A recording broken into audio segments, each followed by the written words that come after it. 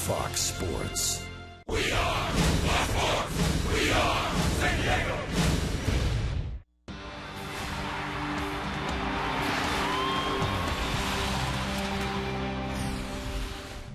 Well, the winds of change are blowing through Petco Park. Everett Cabrera is back, and Alexi Amarista is here as well. The Padres make a couple of roster moves today. Orlando Hudson is released by the ball club here this afternoon. Padres and the Dodgers. This is game 2 of this 2-game series coming up in just a moment here from Petco Park. And once again, good evening, everybody. It's Andy Mazer in for Dick Emberg, joined by Mark Grant. And I don't think these moves were seen as any real big surprise. No, I think this was anticipated throughout not only the baseball world, but certainly here in San Diego. And just like that, Andy, the two youngsters are being thrown right into the lineup up the middle. Shortstop and second baseman for the Padres tonight. And the moves today, Orlando Hudson placed on unconditional release waivers. Jason Bartlett placed on the 15-day DL. Eric Stoltz claimed off of waivers from the White Sox. And the team, as you saw, recalled Everett Cabrera and Alexi Amarista. We'll hear from General Manager Josh Burns explained the move of releasing Orlando Hudson today. Our Geico quote of the game. I hope O-Dog does well, but it wasn't working here. And, it's not just, sort of saying it's a sunk cost. It's saying we have guys ready to step in and deserve a chance. And I think we got to that point with Cabrera and Amarista and even Forsythe starting to get healthier and Jerko improving, so we have some depth because it feels like every time we made a move this year, there's an injury the next day and your depth is compromised. So I think we were set to do this.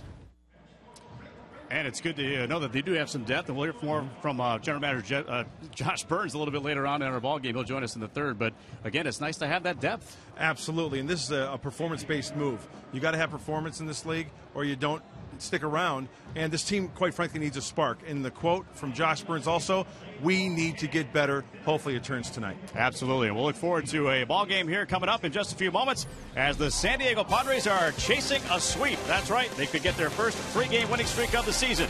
Padres and Dodgers coming up next.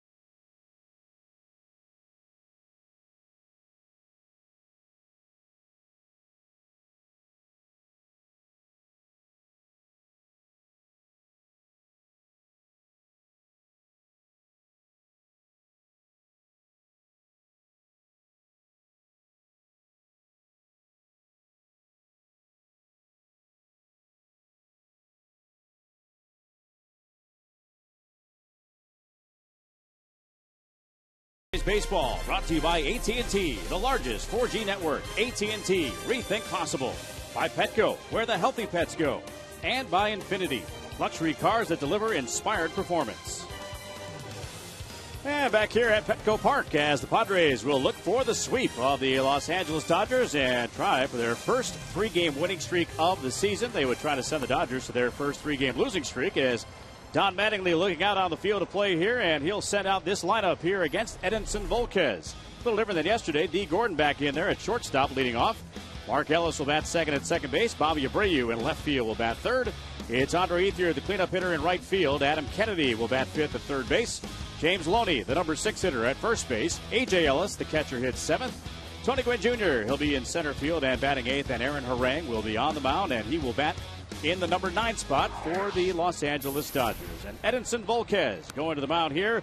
And Volquez making his 9th start of 2012. He's getting better and better, Andy. And as Padre fans, it's nice to see Edinson Volquez get the ball once every 5th day. And quite frankly, this kid should have 6 wins. But he doesn't say anything about it. He just gets on that mound once every 5th day and continues to throw all 3 of his quality pitches. The fastball located, that curveball, and, of course, what we talked about in the pregame show, that nasty changeup that he possesses. And he'll go to work with some new mates behind him. Alexi Amarista is playing over at second base today. Everett Cabrera, also joining him from Tucson, is the starting shortstop tonight. And it's good to see a couple of young guys getting a chance to play up the middle. Hey, up the middle makes a team strong. You've got speed in center field with Maben. The Cabarista combo about to make their debut. I like that. You can see the T-shirts now. First pitch of this ball game will sail a little bit wide to D. Gordon. We're underway. Gordon has been in a bit of a pronounced slump. He was taken out of the lineup for a couple of days, worked in the cage, doing some tee work, as if you will there, just hitting off that tee. He has to get the stroke back. Our umpires tonight, Ted Barrett calling the balls and strikes. Brian Runge, the umpire, at third. Tim McClellan, the crew chief, at second. And Marvin Hudson at first. And it's gone to 3-0. Last guy you want to walk. And right out of the get-go, I don't like the body language of Edinson Volquez. After ball 2 was called, could have been a questionable pitch, but you know he kind of turned his back slowly and kind of shook his head a little bit. And hey, make a good pitch the next time. And he gets the call. 3-1. And work all the way back. Right? We've seen it done before.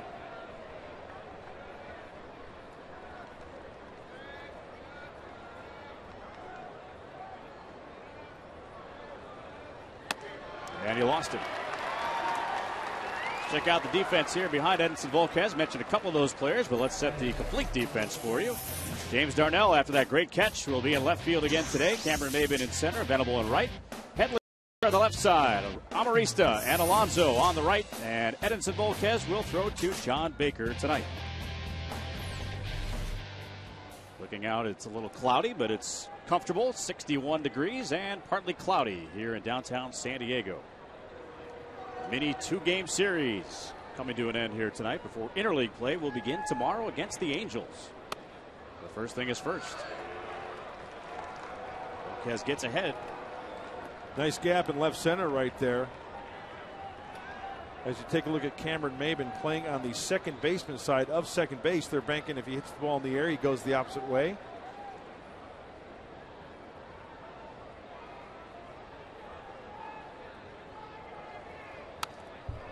Good hack. You know what I'm looking forward to? A couple of kids playing a little hardball up the middle. 23-year-old Amarista, 25-year-old Cabrera. They're going to have some fun, huh? They definitely will. And Amarista kind of coming up here at 5 feet 5 inches tall. But the reputation of playing with a little bit of a chip on his shoulder.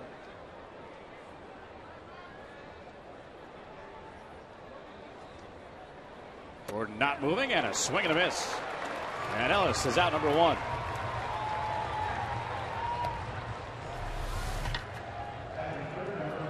Oh, looked like way out of the zone. It looked like maybe it was a changeup. Didn't have the same bite or break.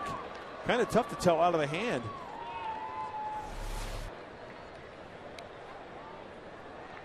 because it was so low in the zone, and almost picked out of the dirt. Kind of tough. You didn't really see that action as far as changeup.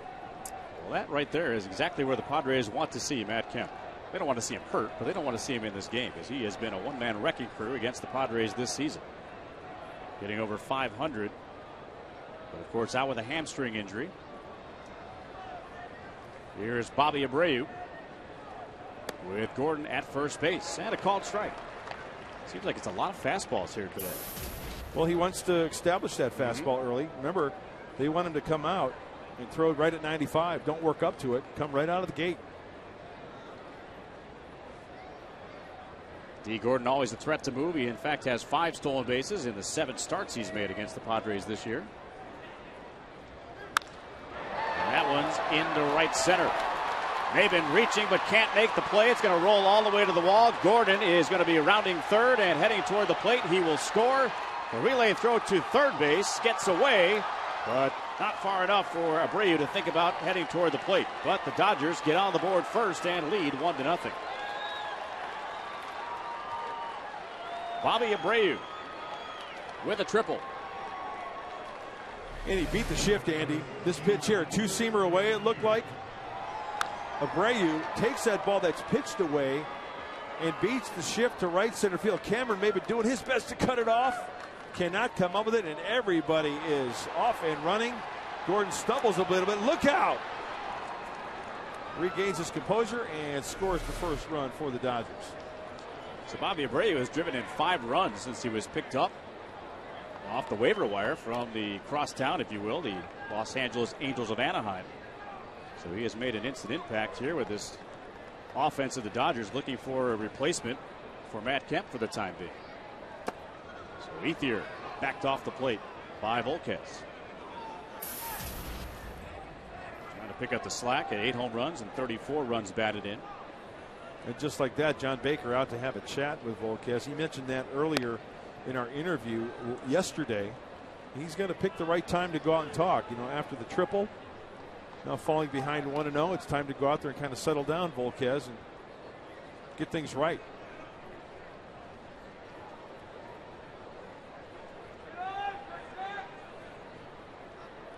There you see our Fox track, brought to you by Southland Technology. And it shows that Volquez may have gotten the benefit of a call a little bit outside the Fox track. But he'll certainly take it. Andre Ethier, you think about Matt Kemp all the time, but Andre Ethier actually leads this ball club and leads the National League with 34 runs batted in, mainly because he's always knocking Matt Kemp in. Exactly. Into shallow right, racing in now. Venable has to play it out of bounds. Another run's going to score. Ethier has his 35th run batted in, and just like yesterday, the Dodgers have a 2-0 lead here in the first. And Will Venable respecting the power. Respecting the power of Ethier up in the box off the end of the bat as well. So that'll deaden the ball. Will was also playing a shade over towards right center field. So out in front a little bit just to pull that baseball and get that run home. Something new and different here in the last 5 starts for Volquez, giving up runs in the first inning. He put up goose eggs in his last 5 starts. And 2 runs have come home here for the Dodgers in inning number 1 with Adam Kennedy at the plate.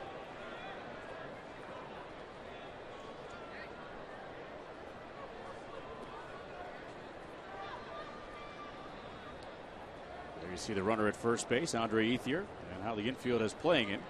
Or playing Kennedy, that is. There goes Ethier. And he slides for nothing.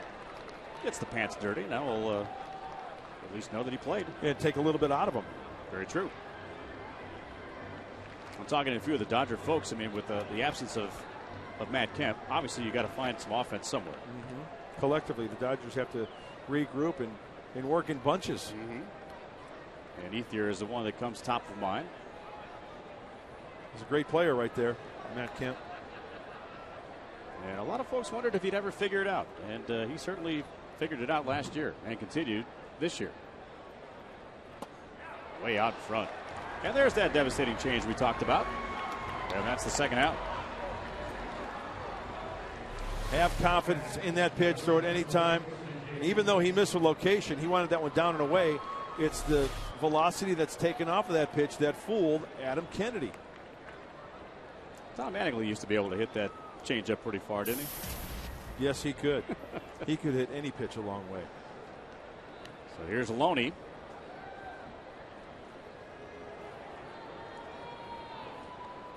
Volquez trying to do what good pitchers do, and that's limit damage. Give your offense a chance. Again, gets ahead. At 94 with the fastball. Good movement. You make a good point, Andy. Damage control. Leave it at 2. Especially after yesterday where, as you mentioned, the Dodgers scored 2 in the first. A fine job by Clayton Richard yesterday. He was locked in. Yes, he was. From the very first pitch of the game, you could tell. Even though he came down 2-0, that was a little bloop single there by Gwynn yesterday, and then all of a sudden you get Herrera knocking that ball down the line. But Clayton Richard, he's got the Dodgers number, doesn't he? He sure does. 6 career wins against LA. Most he has against any team.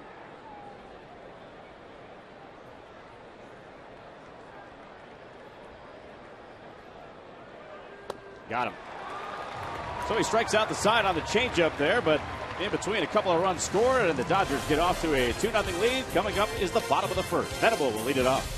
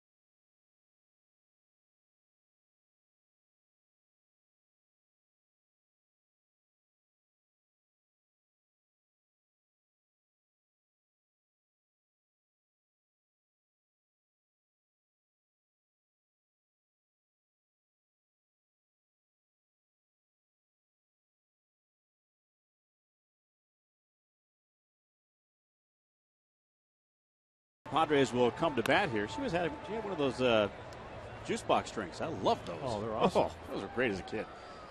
Bud Black, manager of the San Diego Padres, sending out this lineup brought to you by Toyota. Will Venable leads it off. He'll be followed by Cameron Maben. Chase Headley will bat third at third base. Yonder Alonso will be the cleanup hitter. James Darnell, John Baker, Everett Cabrera, and Alexi Amarista. The new duo there in the middle of the infield will bat 7 and 8. And Edinson Volquez will bat 9th against Aaron Harang. Well, had his best start of the season his last time out. Just 1 run, 4 hits, 8 innings for Aaron Harang. As I mentioned in the pregame show, not an overthrower. He's going to top out about 90, 91. Slider, cutter, curve change for Aaron Harang. Good spot. And Venable unable to hang up on that swing. Or hang on, if you will.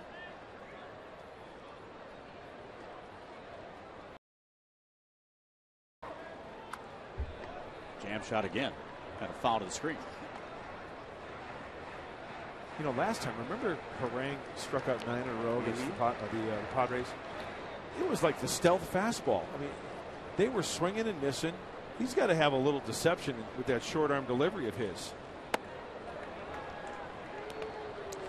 When I say short arm, it doesn't. he doesn't get really extended out by the side of his head. It's almost like he comes from behind his head, then all of a sudden the ball's on top of you. And from 0-2 to 2-2. Now, does that height have something to do with that, too? Because of the fact that he's got all those moving parts. Could be, and sometimes he gets that good downward playing with his fastball. We knew that when he was with the Padres. That was one of the pitches where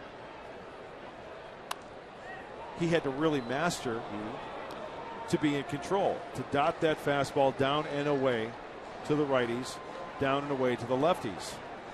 And he will go up the ladder as well on the fastball with 2 strikes.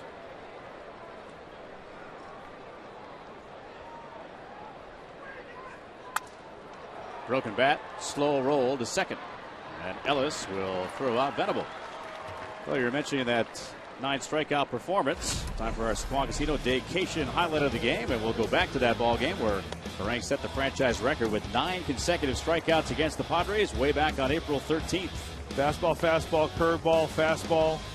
Fastball, they just couldn't get that top hand on it, just couldn't square it up. There was a breaking ball again, but he had it working, and we saw a part of history that night in Los Angeles. Well, the funny thing about that game, not funny, ha-ha, but kind of ironic, is the fact that he did not figure into the decision. And it was a game that was decided in the last inning. It's just unbelievable. The greats like Sutton, Koufax, Drysdale, Hershiser. Aaron Harang's got the record. Most consecutive strikeouts with 9. And Maben in the hole, 0-2. As you point out, not overpowering stuff. That was at 87. They explained the defensive alignment that pretty much straight up here for Maben.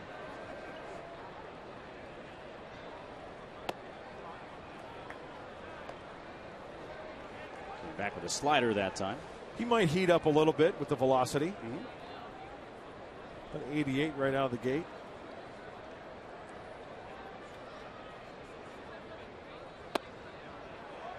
Missing again. Now, that kind of reminds me, because we talked about Volquez in the top of the first. The Padres want him to come out throwing 95. An older pitcher and guy with maybe not as much gas behind it, work into it a little bit more? I think that could be the case with Aaron Harang, and he's been around the block longer than Edinson Volquez has. And Edinson Volquez possesses that 95. We know he can throw 95. Aaron Harang can't throw 95. Right. So he knows his limitations. He knows that if it's okay, it's going to be okay if he comes out at 88 and works his way up to 91. I think if Volquez works it at 90, 91, then works his way up, he could get into trouble early. Tops out at 90 so far tonight. Breaking ball inside. Try the changeup. And again from 0-2 to 3-2.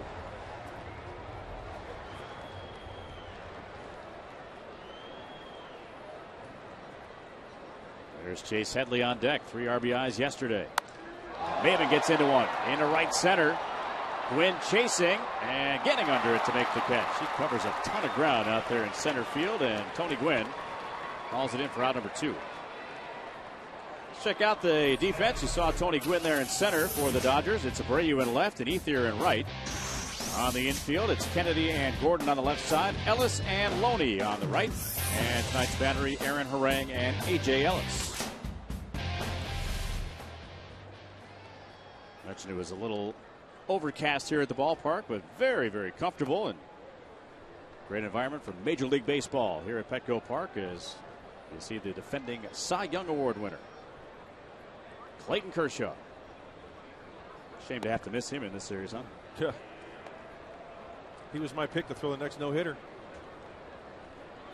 And you know, when you talk no-hitters, really anybody can do it. There have been many greats in this game who have not thrown a no-hitter, and then there are guys like Bud Smith, who no-hit the Padres back at Qualcomm back in the day. Len Barker threw a perfect game. You know, it's got to be a lot of luck involved, too. Absolutely right. You saw a guy like Philip Humber throw a perfect game and has not been able to retire batters since. Right.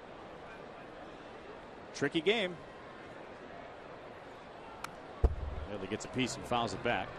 See, that's part of Harang's game. The last pitch we just saw, pitch number 5, up and in, trying to prevent Chase Headley from getting extended. Now he has the ability to go slider down and in, change up down and away, two-seamer down and away, slider down and in. And no appeal necessary. That's a strikeout. And a 1-2-3 inning for Aaron Harang. Padres go in order. We're through an inning. 2-0 LA.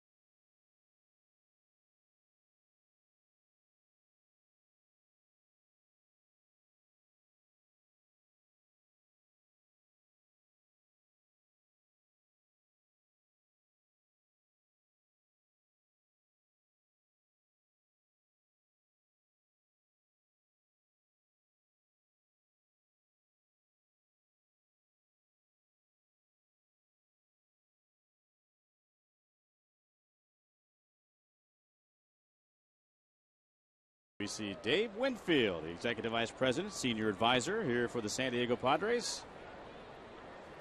That guy could hit.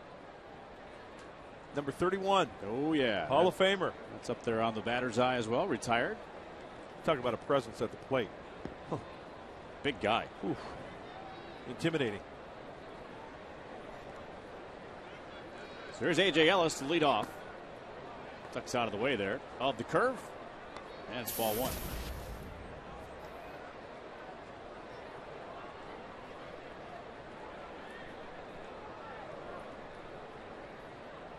Trainer caught yesterday's game for the Dodgers. He's kind of become the personal catcher of Chris Capuano, and A.J. Ellis pretty much gets everybody else. And if Capuano keeps having the success he's had, right? Absolutely. Hey, we got a nice little gig being his personal valet. There are a few guys that were able to do that throughout their major league careers. And it's gone to 3-0. Remember, Henry Blanco got his start with Maddox.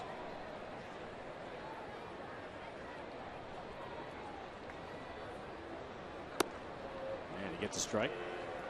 And if I remember correctly, it also led to Josh Bard being traded to the San Diego Padres because he couldn't catch Tim Wakefield's That's knuckleball. right. That's right. Josh Bard and Clay Meredith came here from Boston. And there's ball 4. Let's take a look now at our Lexus keys to the game, and we turn to mud. Well, it was a sad note that we heard today in the music world because of the passing of the Queen of Disco, Donna Summer. So we're going to go off that theme. Hey, dim the lights, right? Those first place Dodgers, dim them down, those Hollywood lights. And also hot stuff. You know, we want to keep the streak going. Padres win tonight, be 3 in a row. And if they beat these Dodgers, you mentioned it earlier, Andy, that would be the first 3-game losing streak for the Dodgers. So need some hot stuff from these Padres tonight. So Tony Gwynn will dig into at home plate. See the numbers on Tony so far this year.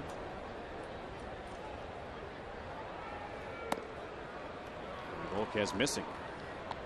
Do we rename Petco Park MacArthur Park here tonight in honor of Donna Summer? Good one. That's sad, man. That disco music in my day, man, that was a big part of my life. Oh, yeah. Junior high and high school dances. Of course, she was a big part of that.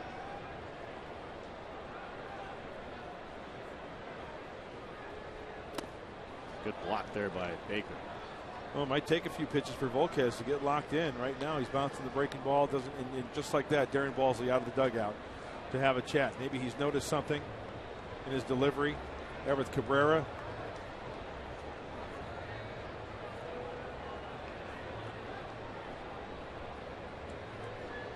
Got a little convention going on that hill. Well, you pick the uniforms. Now you pick your game. Tomorrow night, Padres are going to wear their brown and gold 1978 uniforms against the Angels. And, of course, in honor of Donna Summer, you can get to the ballpark early and enjoy a 70s-themed pregame party presented by Verizon Wireless. Party will start at 5 o'clock. First pitch at 7:05. Get tickets for all 3 retro nights. The Padres Retro Mini Plan, Padres.com, or 619-795-5555.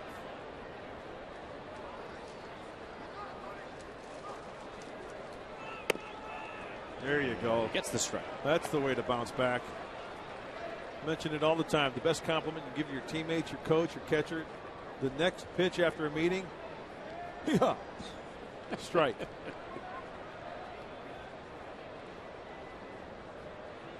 So Volquez trying to find the groove here. Hey, it might take one pitch to where you get that feel back. And then you're right back in the game. And to right, a base hit for GWYNN. So first and second with nobody out for Aaron Harang. Tony did a nice job. Watch him get on top of this ball. Going up the ladder like that, I don't know if that was by design because Baker wanted it down and away. Good recognition on the fastball and pulling that baseball as well because Tony's, usually he's a hitter that will try to slap the ball the other way. He recognized that one nicely out of the hand and spun on it. So there you see the runners, first and second. There you see the corner infielders, both in on the grass, expecting a bunt here from Harang. He wants to bunt it down the third baseline. Popped it up. Headley with a dive, but cannot make the play. Good effort, Chase. Absolutely. Kind of thinking out loud here with the catcher running at second base. Take a look at this play first. Almost got there. Well, with the catcher running at second, obviously Harang now wants to get that ball to third because there's a chance to throw him out at third base if the ball goes somewhere else. That's why Volquez, he's got to really bust it off the mound to third base side because if he gets there quickly, he can turn. Remember, it's a forced play at third base. Again, showing bunt to third and perfectly executed. Only one play. It's first base, and they'll get the man at first. Well, that's exactly where we wanted to go. So it puts him at second and third. Catcher Ellis down to third base. And Tony Gwynn, the trail runner, now at second. One away. Back to the top of the order for D. Gordon. Not a lot of speed at third. Plenty of speed at second.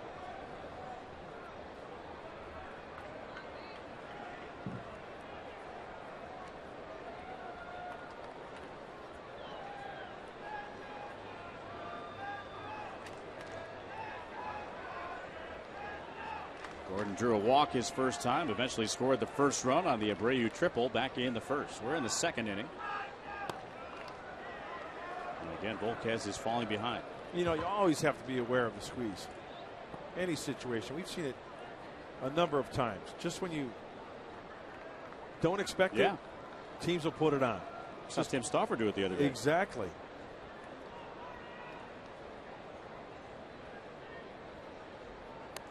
He did lay down a bunt, but Ellis was not charging down the line, so more of a safety squeeze. Right. That's one of those plays where the runner has to watch the ball off the bat before he commits. With the infielders charging, if the ball beats the infielder, the ball meaning goes past the infielder, then the runner can make a mad dash towards home plate. Still in play here with one strike, so Headley will inch in a little bit there at third.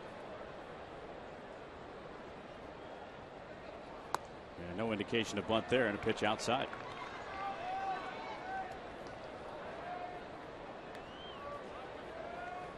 Gordon will look down and get some signs from Tim Wallach, third base coach, former major leaguer of note. As you look at the reason why D. Gordon has been out of the lineup recently, he's hitting under 100 in those last 5 games. He can field, he can throw, he can run. That's another reason why, you know, it would be a logical thing for him to try to drag bunt. That'll take a good changeup. Guy's kind of fighting a little bit here, but again, kind of the mark of a good pitcher when he can get through without his best stuff. Facing some adversity, going to his secondary pitches, going to his #1 pitch. You got to locate it. It'd be nice to have a one hopper at one of the middle infielders.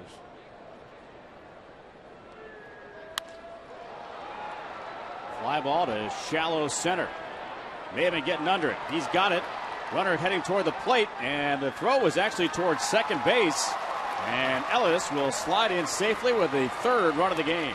3-0 Dodgers. Not sure if he thought that Gwynn was off the bag and he could double him up, or if it was just kind of an in-between throw. Well, when I look at this fly ball, Cameron really didn't get a good running start underneath that baseball. And regardless if he's going to throw it to the plate or to second base, it was almost like he was camped underneath it rather than timing it, running a running catch to get that momentum.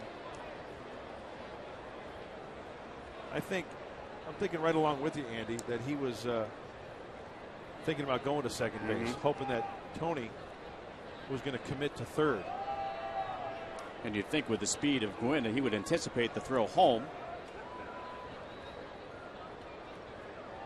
So maybe not a bad idea.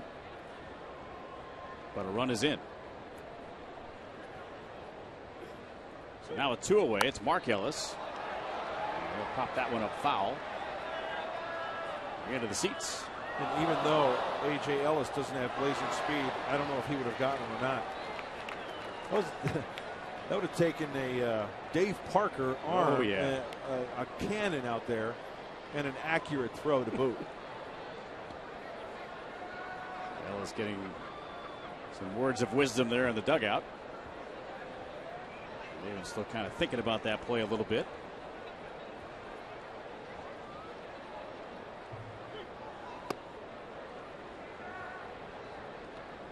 Doesn't quite have the feel for that curveball yet.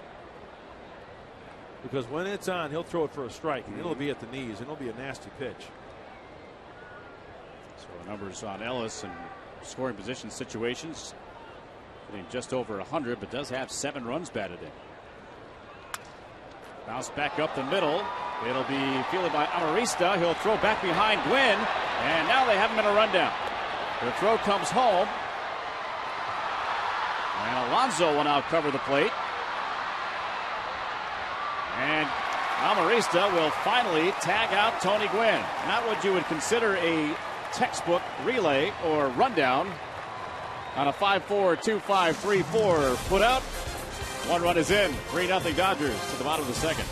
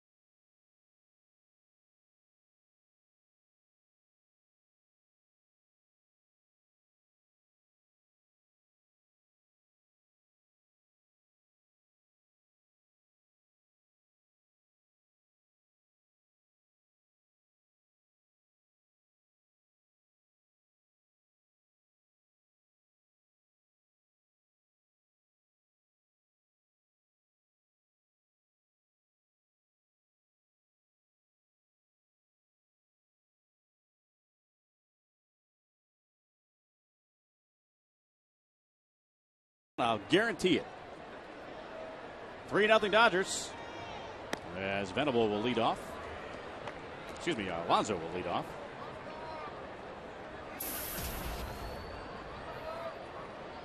Padres win an order in the first. And now Alonso down, no balls and 2 strikes. Now that, I am jealous of that man right there. Look at that salad. He's got the sweet beard. He's got the sweet bandana working. See, you got to have the right moss to pull that off. And that gentleman can do that.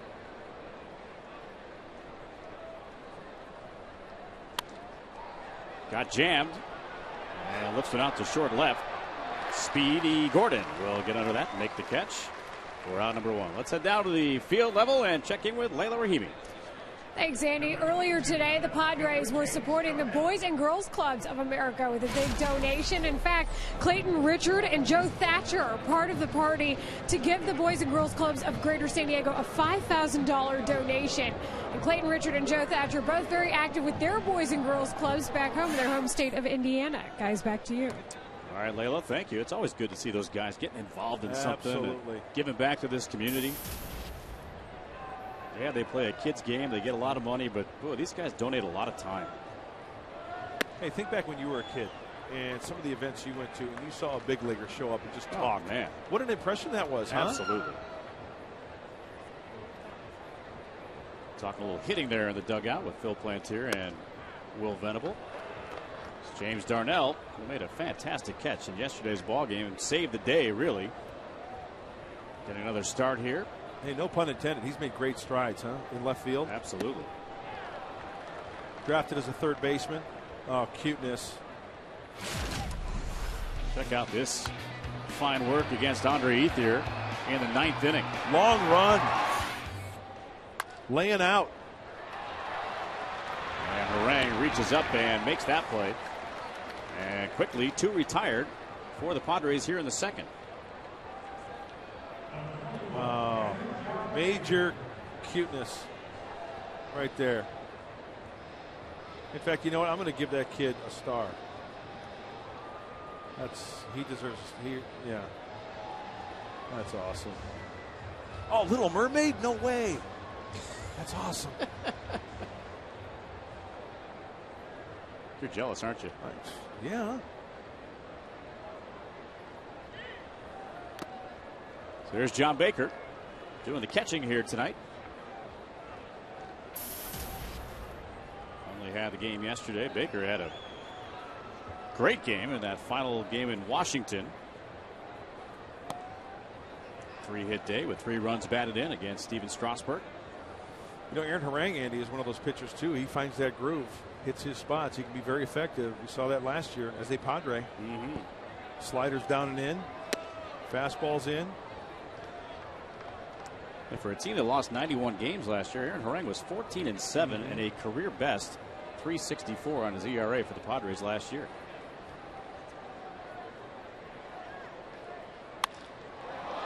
Baker gets into one into left center. That's going to get down and against the wall. Baker is going to cruise into second with the Padres' first hit of the night.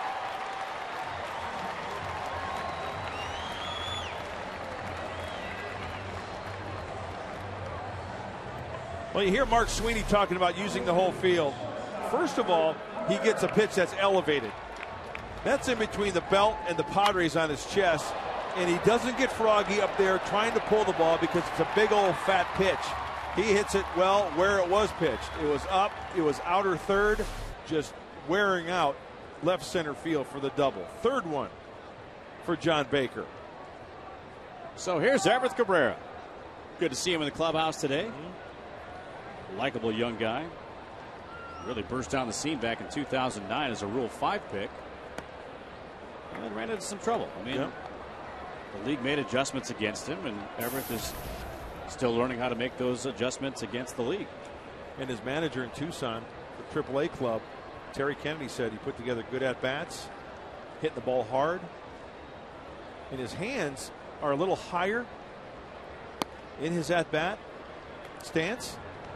And The reason why he made that adjustment is because he wants to concentrate on hitting more the top half of the ball rather than the hands being low and popping everything up.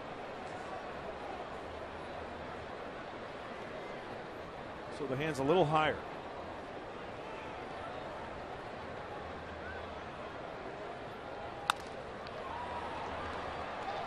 Handled there at second by Ellis. And the Padres are done here in the second. They get their first hit, the Baker double, but cannot score. 3-0 LA to the third.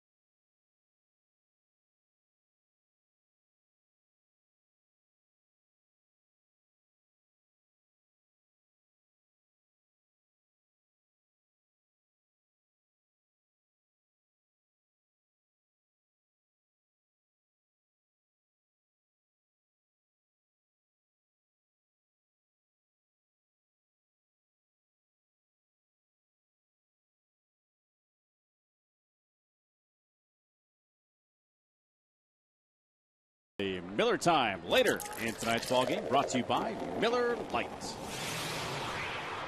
As we peer in from the park at the park. So the beautiful field here at Petco Park. And yeah, they hang out together and they're getting along. No punches are being thrown. It's good. Not that we can say that Dodger fans and Padre fans can't get along. They can respect the rivalry, you know? Absolutely.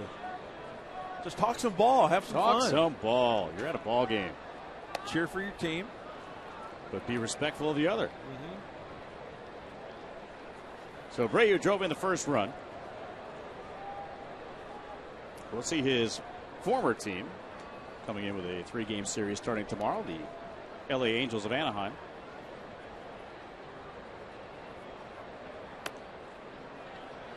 And the count even. So Abreu, when he first came to the Dodgers, was wearing the number 33, and then he has since changed to the number 23 because his real number, 53, is retired for Don Drysdale. Bounce to first. That's a fair ball. And Alonso will retire Abreu. Let's take a look at some of those matchups for the Angels games. Jared Weaver and Jeff Suppan tomorrow. And remember that Saturday is a special time. It's going to be a 7:05 start. Of course, we'll be on the air with Padres Live for you at 6. So Saturday, normally 5:35, will be a 7:05 start. That'll be Dan Herron and Tim Stauffer and Irvin Santana and Anthony Bass will battle it out on Sunday. These guys are texting their friends saying, hey, guys, remember Saturday, 7:05. Make a note of it. LOL. OMG. BRB. Be right back. BFF.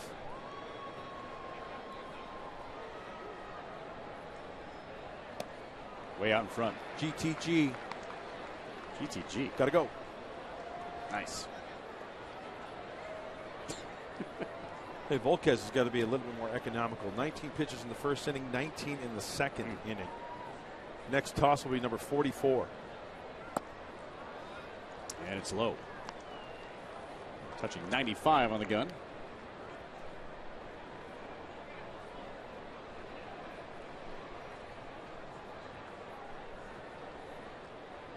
Padres brain trust looking on. Good changeup. Is that a case a little bit of a pitching backwards? Exactly. It was 2-1, right? So it's a fastball count. He counters with the changeup. ETHIER's looking for the fastball, and Volquez throws one of his best pitches. In the air to center. This one will not carry, and Maben will make the catch. Out number 2.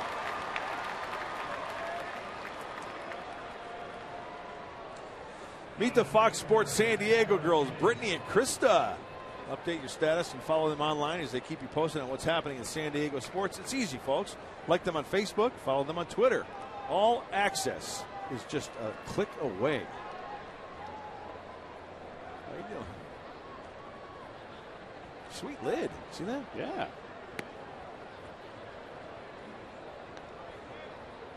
So here's Adam Kennedy.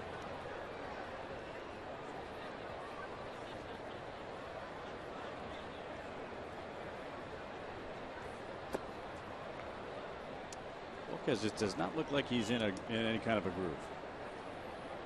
Very cute. Oh, yeah. Baseball on top. I like the hat. Yeah. Now that is a picture right there. Priceless. Three 3-0. Just can't seem to find the rhythm, the release point on that fastball. A lot of the fastballs from Volquez have been up. Darren Balsley, the pitching coach for the Padres, has the eagle eye. He's watching every movement. He's so great to talk mechanics with. 4 straight pitches. And Kennedy will trot on down to first base with 2 away to bring up James Loney. You know, as I look at this coaching staff, hey, Buddy Black, San Diego State, Darren Balsley, Mount Carmel High School, local guys, huh? Yeah. Darren Balsley, he used to ride his bike to Jack Murphy Stadium to watch the Padres as a kid. Yeah, what do you know? He finds himself in a big league uniform, big league pitching coach for his hometown team.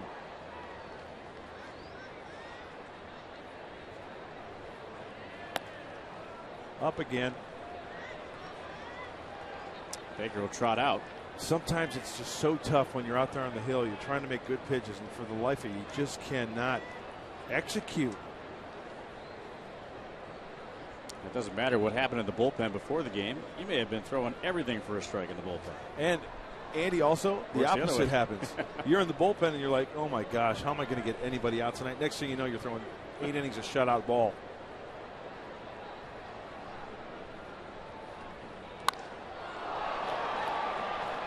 That'll send Maben back. Still shy of the warning track. He'll reach up and make the grab, and that's the inning.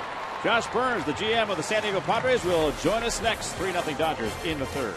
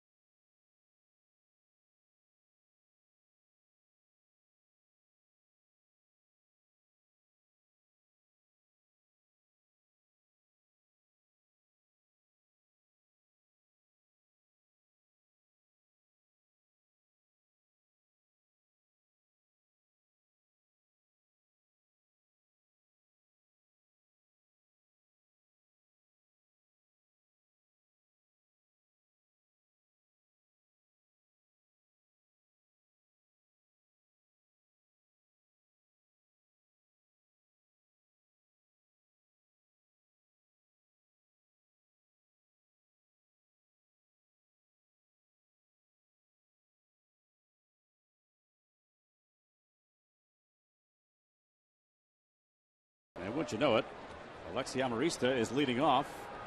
And we have the general manager, Josh Burns, joining us here in the booth. And I know it was a busy day for you today. And one of the guys that you brought up is coming to the plate.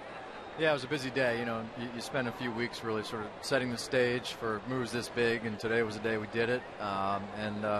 Good timing here. Good to see Amarista in his first at bat.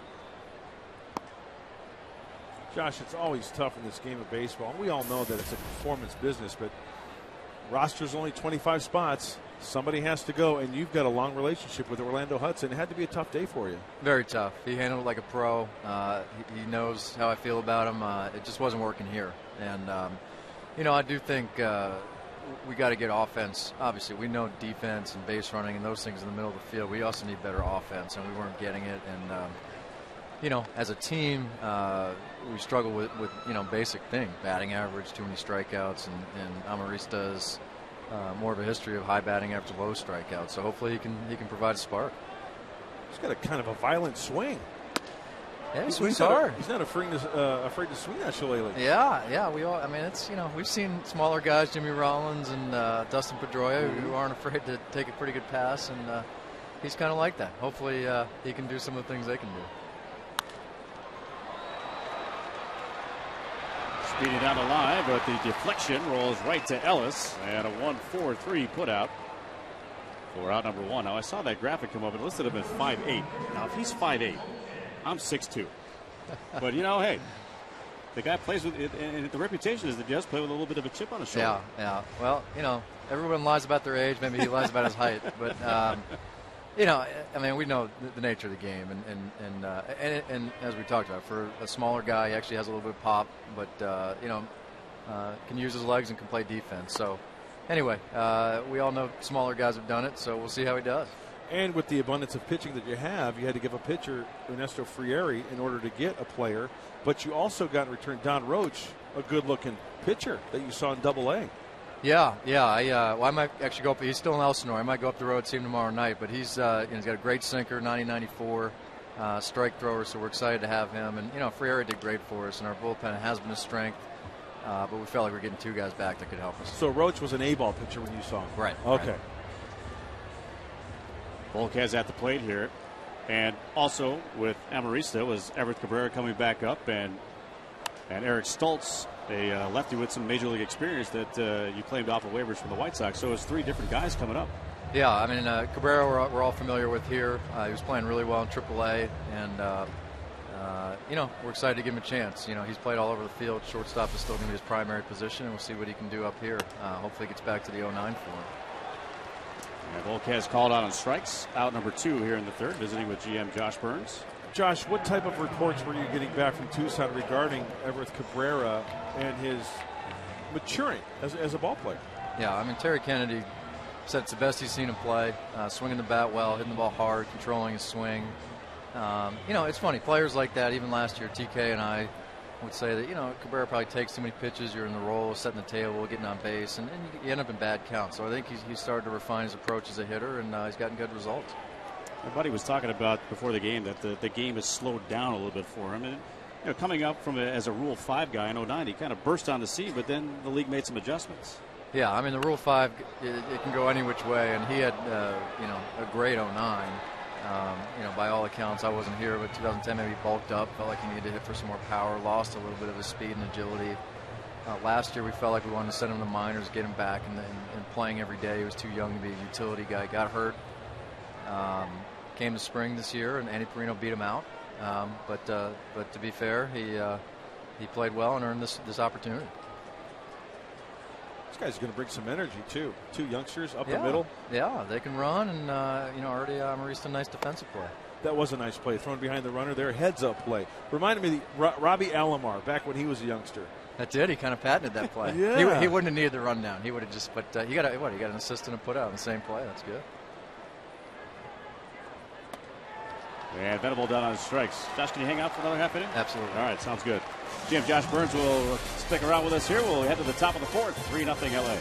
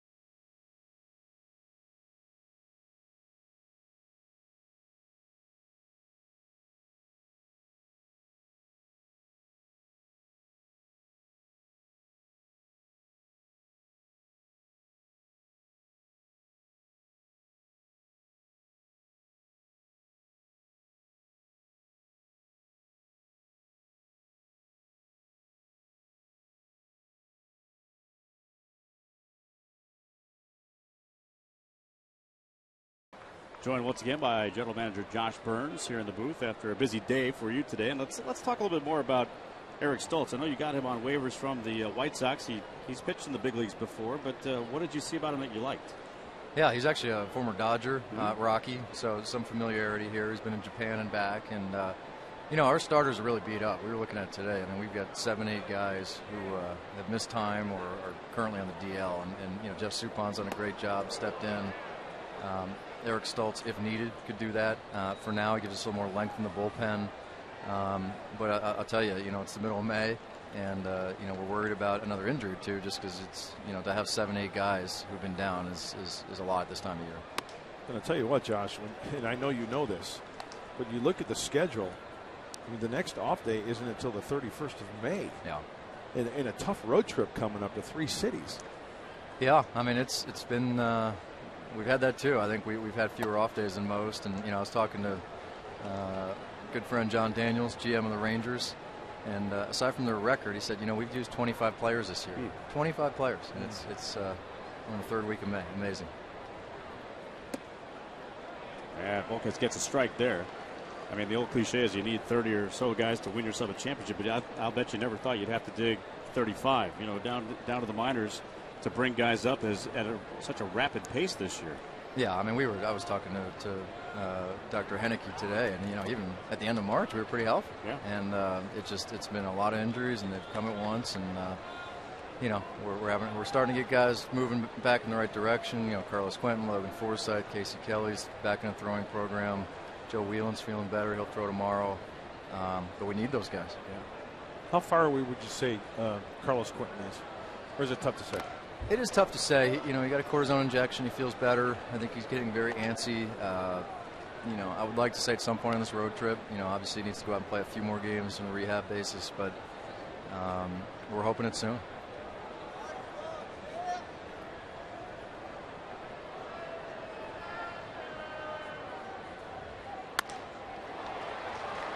And a base hit for Ellis to lead off the 4th. Josh, we've seen it in the past, and we'll see it in the future, but it's not uncommon for players to make it from AA to the big leagues. And we focused a lot this spring training on players like Jed Jerko, Jeff Decker. How are those players getting along now? They're doing okay. We actually Jerko's first AAA games tonight, so we with all these moves, we decided to bring him up to AAA. And he had a little bit of a slow start, but has swung the bat better in May. And then same thing with Jeff Decker. A lot of these guys, good March, bad April, better May. So it seems to be a theme. I would have happily exchanged April and March.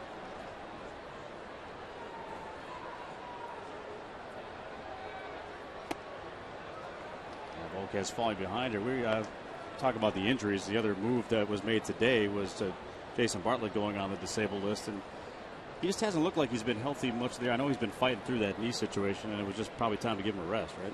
Yeah, it really, he missed a good chunk of spring training. We brought him to San Diego while we were in Arizona to take a closer look. Didn't feel like surgery was an option, but felt like we could treat it. He could play with it, and more than likely it's been a factor here.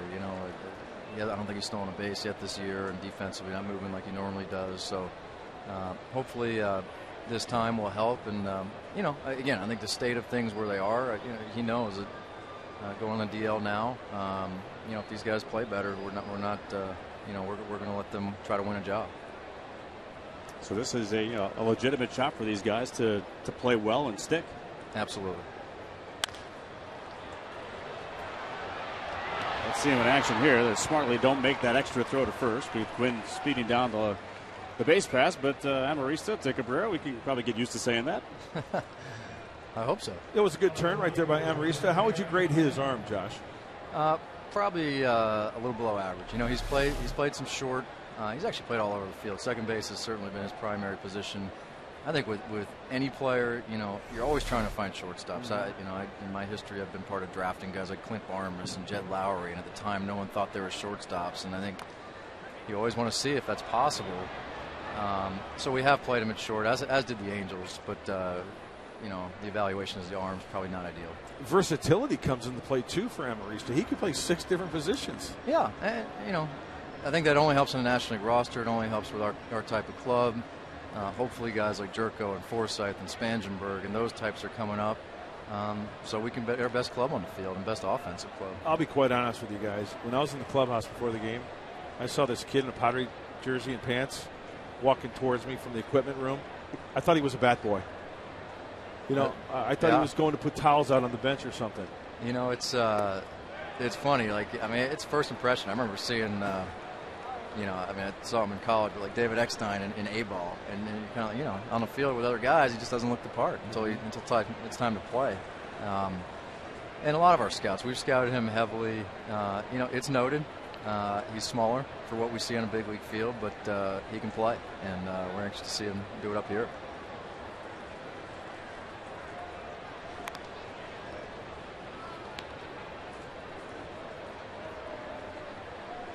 So tough day for you, obviously, with Orlando, but yet you kind of look forward to here now, and you see the future coming up right here before your eyes, and the organization has the depth now for you to be able to make these kind of moves.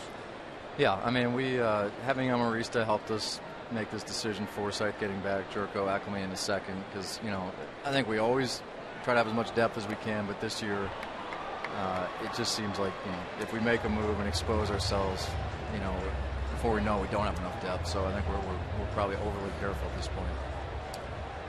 Well, Josh, we certainly appreciate you coming by and giving us your thoughts and letting us know what's going on with everybody. And hopefully these two guys will work wonders for you here in the near future. I hope so. I mean, it's fun to watch young guys get a chance. I think they're both excited, and you know, that's what we're hoping for. I mean, we've got, you know, the young players so far this year: Yonder Alonso, you know, Anthony Bass, some young guys, Joe Whelan, have got an opportunity, have done either well or very well, and you know, that's what we need. We obviously need more players, and we need more coming from our own system. Sounds good. We'll keep an eye on these guys. Look forward to watching them play. Josh, we know you're a busy man. Thank you so much for your time. Thanks, guys. All right, good luck. Appreciate it, Josh. Thanks for stopping by. Enzo Volquez trying to work out of it here as Harang strikes out, trying to bunt. And with 2 away, it's a 3-0 lead for the Dodgers, as D. Gordon will take and get behind, 0-1. I don't know if I want to be a GM. Yeah, me neither. Those are tough calls. I mean, that's got to be one of the worst parts about a job. Yeah. Because they have to tell somebody that, sorry, we're letting you go. Good change up there by Volquez.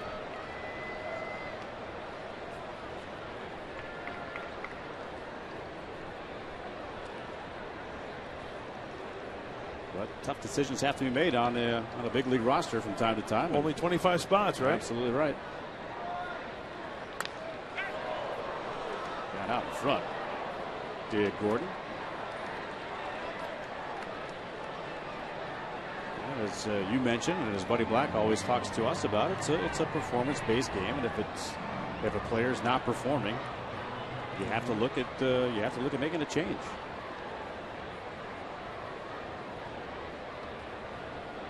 And there deals with it every day, managing the ball club, figuring out who's in the lineup and who's not. Look out. Ellis almost got the deflection in his leg. He was well aware and avoided disaster right there.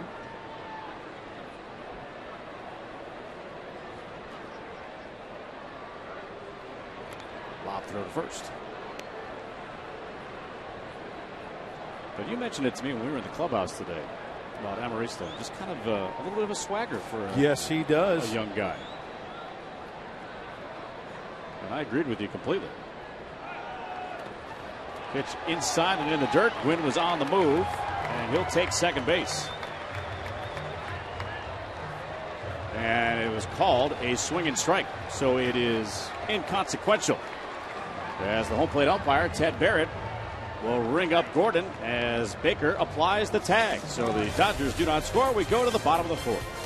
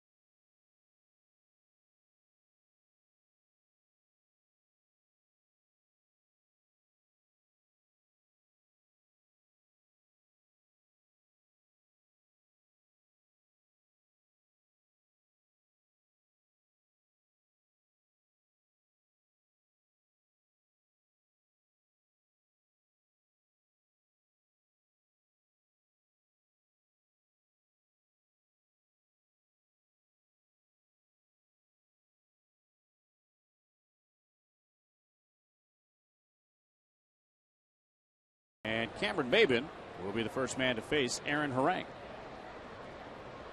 Maben flying to center, his only time to the plate so far tonight. All right, second time around. Time to make some noise. I agree with you. And the second time around, Aaron Harang starts off Maben with a breaking ball for a strike. He gets locked in with that slider down in the zone. It's a nasty pitch for Harang. And now 0-2. Mark Sweeney down on the field for us. And Sweeney, what are you seeing from Harang? Well, he's getting ahead, and much like Mark said, you know, he's getting ahead with the breaking ball and also the fastball down the zone. Ooh, we got crossed up there, it looks like.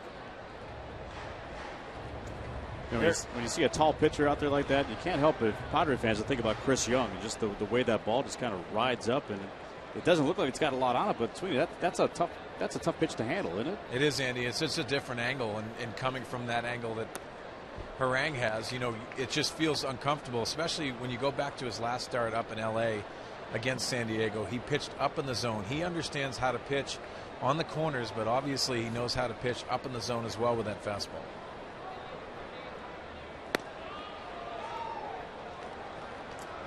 Full count. Well, you talk about getting ahead, Mark Sweeney. Aaron Harang has had 6 0-2 counts tonight. Makes it very difficult, guys, as you know. He might go up the ladder here.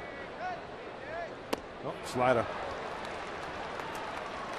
Strikeout number 4 for Aaron Harang. Look at the tilt on this slider. That's straight down. It's not one of those sweepers. And Cameron Maben's front side really exposed, opening up there. Swinging over the top of that slider. So here's Headley.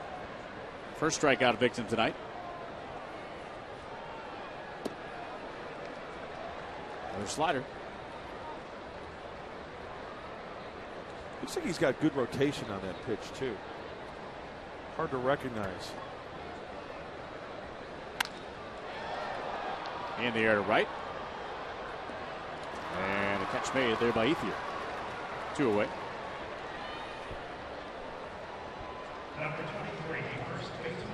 Well, this Sunday, Padres will take on the Angels at 1:05. Get to the ballpark early. Enjoy a special pregame ceremony as part of Padres Salute to the Military Child, presented by Tri-West. Don't wait. Get those tickets right now, Padres.com or 619-795-5555. I love that big SD with the brown shirt. Yeah, it's a and good look. Yellow SD.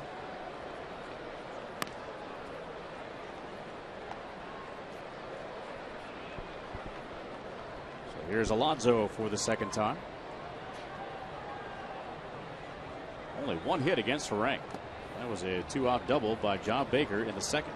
You know, I'm going to go out on a limb. Okay. You know what I'm going to campaign for? What are you going to campaign for? Bring back the white spikes. Love the white spikes. With that uniform. I thought that was such a... It's unique. Mm-hmm. You turn on the tube, there's no second guessing who's playing. Very true. You're cruising the, channels. Hey, the Padres are playing. And you know it. Believe it.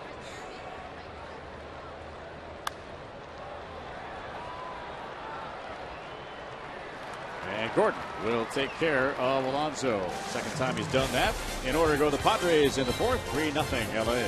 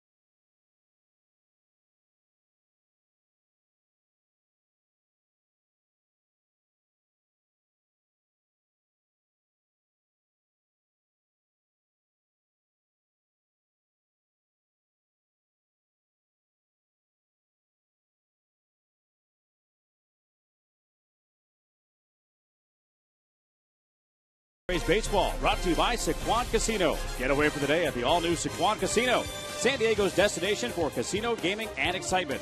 By Chase. Deposit checks from your smartphone with Chase Quick Deposit. Take a step forward and chase what matters. And by your San Diego County Lexus dealer. It is 3-0 Dodgers on a beautiful night for baseball here in San Diego, California. Oh, the kids are just loving their time here. They don't even care it's a 3-0 game. They're just having fun in the sand. Good to see them out of the ball game. Yeah, a shovel and a sandbox, and life is good. That's all you need. So here's Mark Ellis. Single and a strikeout. Volquez gets ahead. And it looks like Volquez getting a good feel for that changeup. Well, that's a pitch he will throw at any time.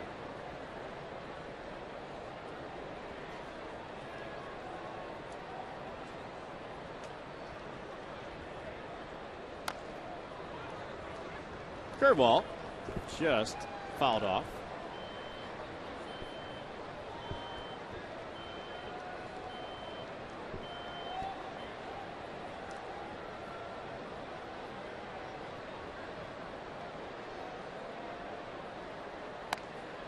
Missing upstairs.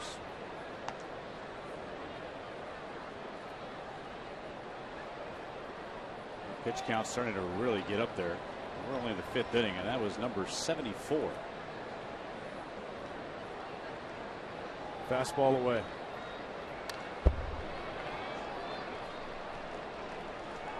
.94 miles an hour. You see the pitch count. Double digits in every inning.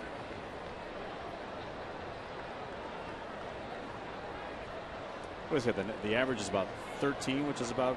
Yes, if you want to be economical and have a good inning, I would say anything around 12, 13. Popped him up. And it'll be Maben to make the catch for out number 1. Well, again, the changeup has been the weapon. And he seems to be getting more and more comfortable as the game goes on. The hitters, you can see, especially lefties, he's got that action working down and away. Even when he misses inside, because he takes a little off that pitch, it's the arm action. Doesn't have the velocity of the fastball, and the hitters are way out in front. We talked about it in the pregame show. This is the second time tonight that Volquez has not allowed the leadoff man on.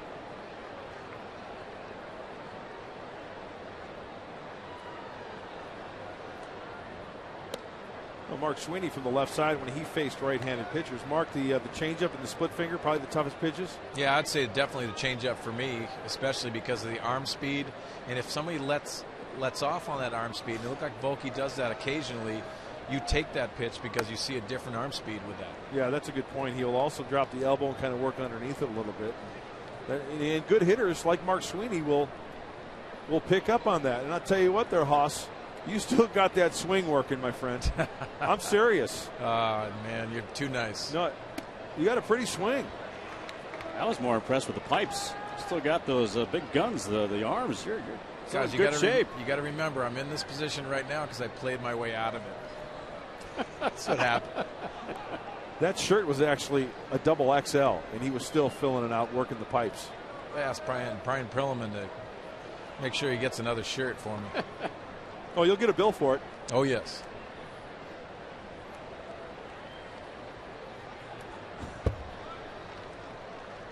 Check out Mark Sweeney in action. You guys listen to that sonic boom. Great sound. Let me know. It's going to take a while to get a rhythm going. No, I just want you to do it first. That's perfect. All right.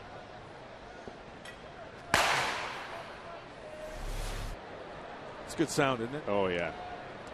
Thank you for the cage. Gives good sound off the bat.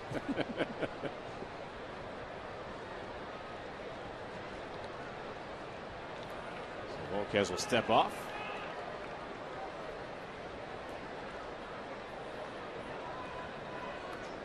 It's also, we've been talking about Volquez. Yeah, he's scuffling through, but he's still keeping his team in this game. Yeah, and that's the key, Andy. That ball hugged the line and is fair into the corner. Abreu digs for second, and we'll get the stop sign right there. So a triple and a double, and 3 trips to the plate here for Bobby Abreu. Now that was a changeup as well out of the hand of Edson Volquez. Righty on lefty. It's down and in. Now if that pitch is down and away, it's probably a weak ground ball to the right side, just out of the reach of Alonso, diving at first base. Just didn't take enough off that one for Abreu to really swing over the top of it. And now again, Volquez will try to limit damage and pitch his way out of this. Mark Sweeney, would the changeup inside be better to adjust to, or easier to adjust to, I should say, rather than the changeup down and away? It is easier, and obviously a lot of lefties like that down and in pitch. So that's an easier adjustment to make, Mark, as well. Yeah, the bat head doesn't have to travel as far, right? It doesn't, and you know what? You know, when you look at Bobby Abreu, why he's been so successful is he looks out over the plate and he gets on mistakes, and he can usually use that. He doesn't get too fast with his swing. He controls his head, and he just drops the head of the barrel of the bat right on the ball. Hit well to center. That'll send Maven back. Reaching up, it tips off his glove, and he hits the deck.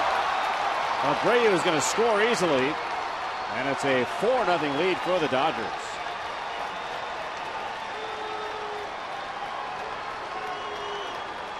ETHIER pulls up at second.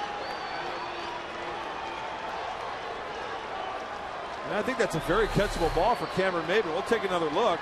Change up down and away, drives it that way. Number 3, third baseman Adam. Very catchable. That's got to be an error. And it will be.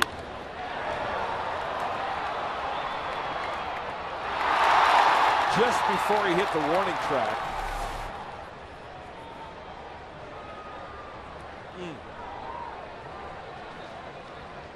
So ETHIER now at second. And the batter, Adam Kennedy. Starting to get some good swings here. And Mark Sweeney's a hitter too now. I mean, you look at that pitch count, and it may not tell the whole story, but Buddy Black always tells us that 84 pitches, always pitching out of the stretch and being in stressful situations is so much different than 84 pitches free and easy. Well, it's also mentally as well, and Mark could probably say that, but you can see Edson Volquez is taking his time in between pitches and making sure he's under breath. Yeah, that's a good point, because as a pitcher, think about it. Let's say you throw 30 pitches, but you go 3 innings. You've got to blow in between those pitches. If you throw 30 pitches in 1 inning, that's a workout. And you're going to be stressing. And those legs are going to get heavy. And you're going to work underneath some baseballs. And you're going to be hanging some pitches. Guys, we talk about the offense as well. I mean, they have to do their part to get hits and extend those innings. So you definitely give your starting pitchers a breather as well. It goes both ways. It's a total team effort. And that's the reason why when we talk about the offense, not and struggling like that, just giving your starting pitcher a blow.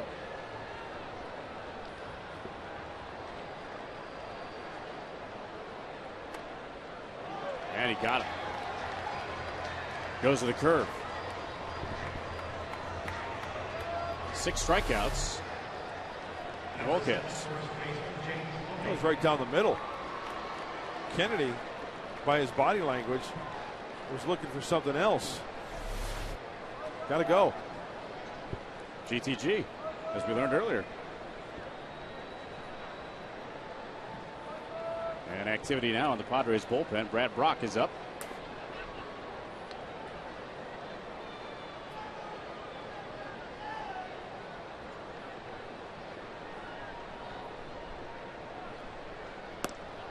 And this is James Loney taking ball 1.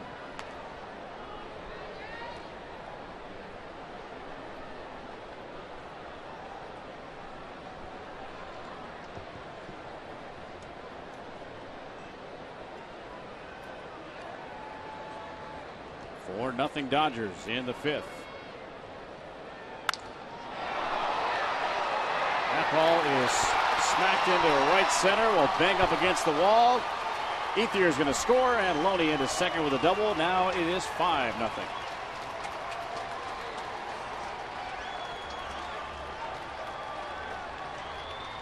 that ball was struck extremely well. And when you look on contact, right down the center of the plate, no movement, and Loney was all over it. Hit so hard that Venable couldn't even cut it off before it goes all the way to the right center field wall. Ninth double for Loney. And now Baker will run out and stall for a little time to get Brad Brock loose. Now, Mark Sweeney, you were talking about just giving your offense a chance to get out there and maybe get a rest for the pitcher. Harang has only faced one more than the minimum here tonight. Yeah, he's actually controlled the game for that side. But obviously, when you get ahead like that, you can pitch ahead, and your confidence is skyrocketing up. Aaron Harang understands, because he's been a #1 pitcher before. He understands how to command the game and keep the pace going. And he's commanding that slider as well and that fastball. And once he gets that down, he's going to take his team deep into the game. So Volquez gets ahead here on A.J. Ellis. Double, error, double. And 2 runs in.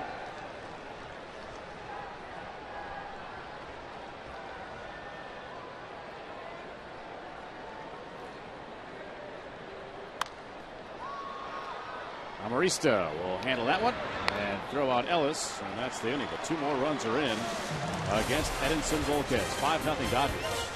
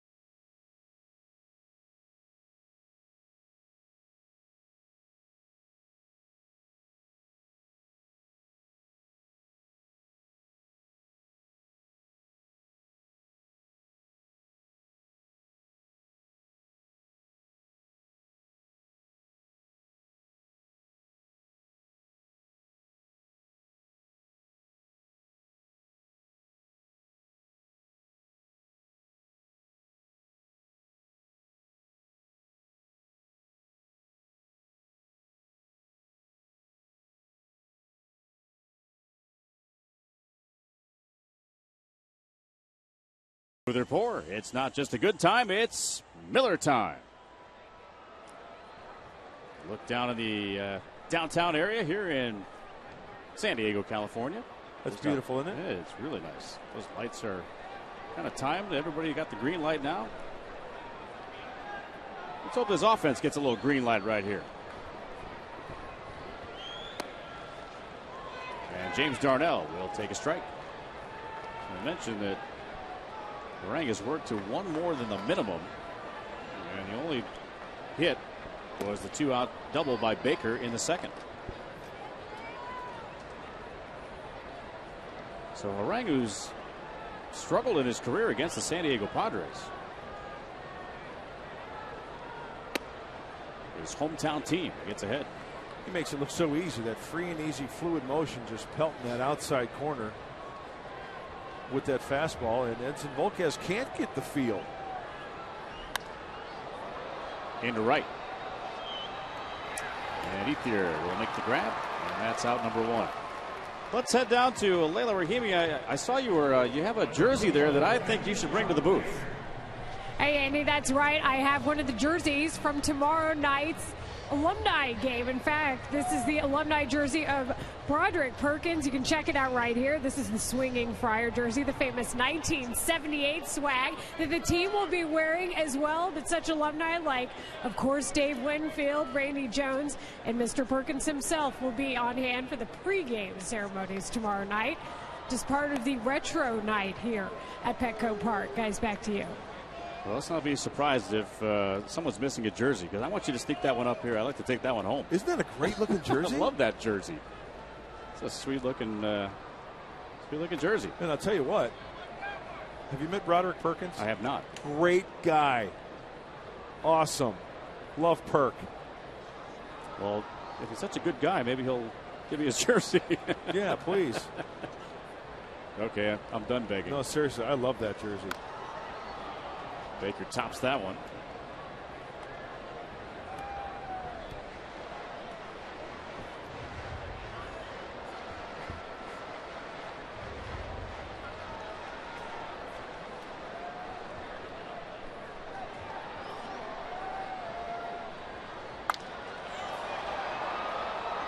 In the air to center.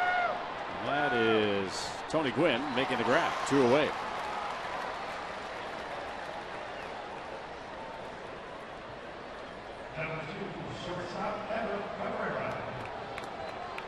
Well, you can follow Fox Sports San Diego's coverage of the Padres with MLB.com at Bat 12 for your iPhone, iPad, Android, and Windows Mobile. Get live audio, pitch tracking, video highlights, and more. Text at BAT to 31826 or head to Padres.com to get all the details. Again, a testimonial that app is unbelievably good. It's great. It's got everything you need. I use it all the time on my phone. So Everth Cabrera with his second at bat tonight.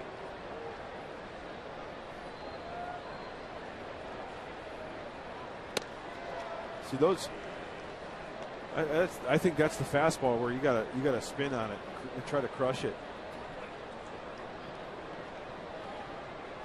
We were talking to General Manager Josh Burns earlier about the Cabrera move and the Amarista move. And Cabrera in his last 10 games at Tucson was hitting .386.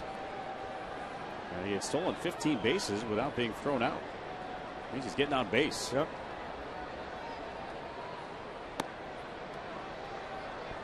Close pitch there, 2-2. There is Alexi Amarista on deck.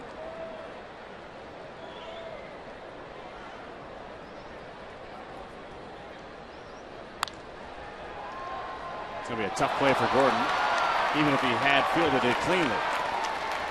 Cabrera hustling out of the box and is safe at first base. Well, a ball that was hit sharply. Harang hit his spot.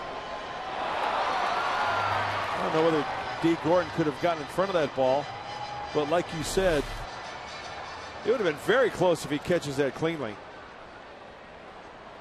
They're going to rule that an error. I think that was a makeable play for Gordon. I thought so too. Kind of kicked off the heel. I think he may have rushed it with Cabrera running down the line. So just the second Padre base runner. And Cabrera will dive back on. So here's Amarista.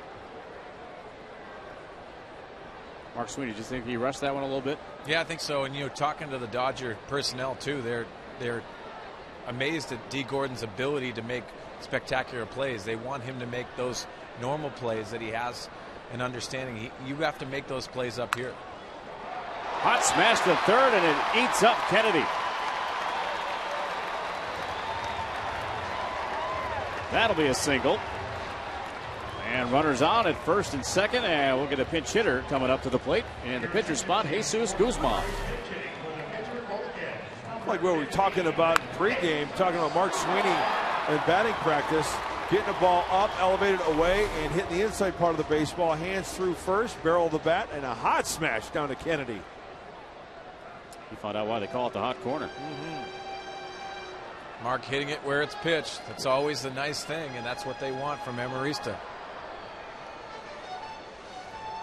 So Guzman 5 for 8 as a pinch batter this year, and 5 runs batted in. And a big opportunity right here. This is where you need a guy to run into one, huh? A little heroics.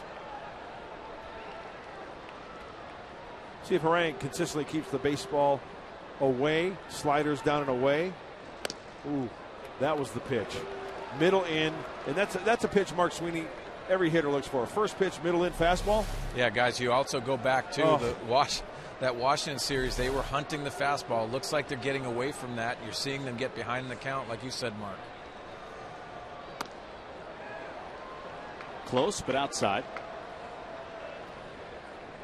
And with the speed on the base paths right now and 2 away, a gapper is going to score both these guys easily. Or at least it should.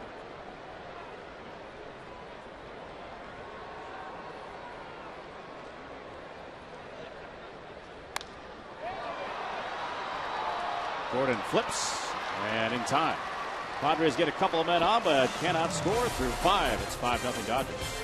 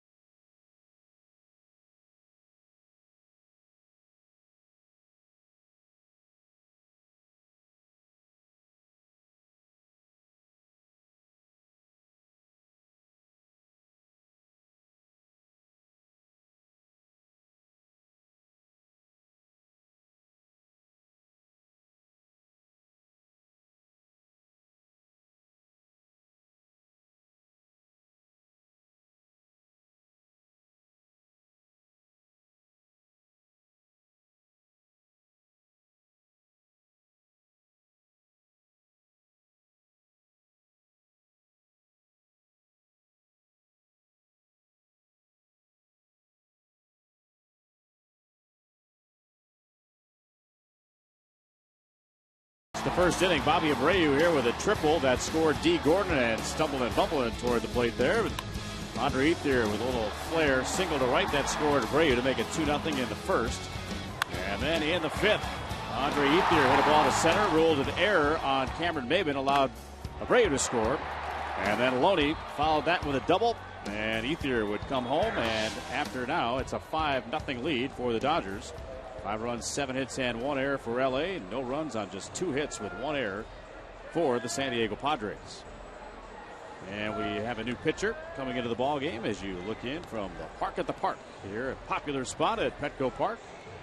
Left-hander Alex Hinshaw take over. It's been a while since Alex has been on the mound Sunday in Philadelphia. Pitched an inning, so in the limited time that Alex has been there out on the hill, tonight it's damage control. Try to keep the Los Angeles Dodgers at 5 and possibly a couple innings of work as well for the left-hander.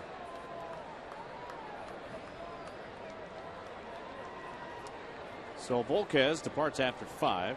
7 hits allowed, 5 runs, 3 earned runs, 3 walks and 6 strikeouts. Tony Gwynn will lead off. He's been on base twice.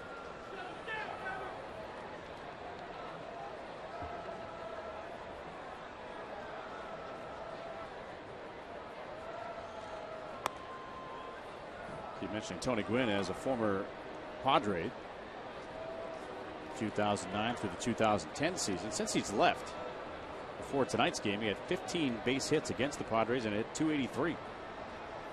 He usually saves his best for his hometown team. Hinshaw missing on 2 straight.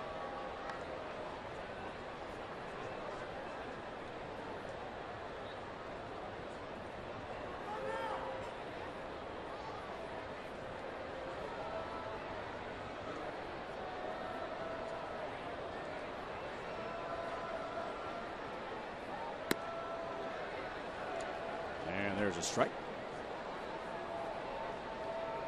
During that magical 2010 season, Tony Gwynn actually hit inside the park home runs here in this ballpark.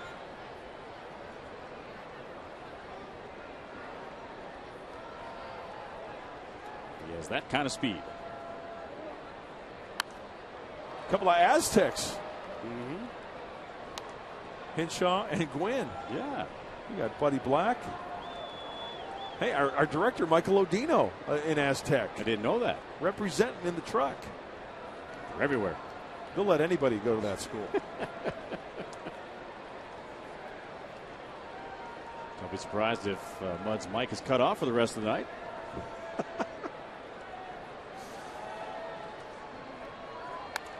Just got a piece of that. A lot of people would probably enjoy that. I wouldn't.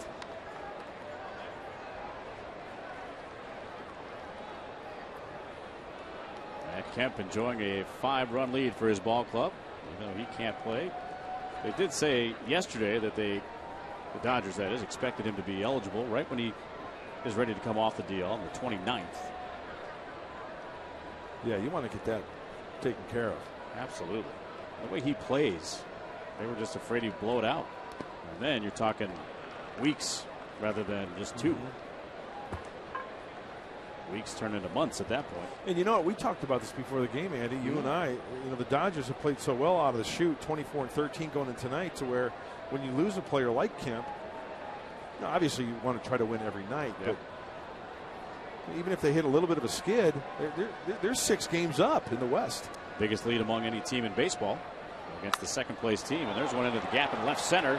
Darnell charging, dives, and cannot make the play. It tipped off his glove. Heading to second is Gwynn, and he's in there. And it looks like Darnell is hurt. It looks like that same shoulder that hurt him last year, he is down. Paul Navarro, the assistant trainer, heading out into left field.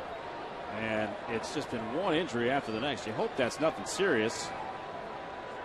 But the way he laid out, it reminded me so much of that play at third base last year that cost him his season. But that looks like maybe his wrist.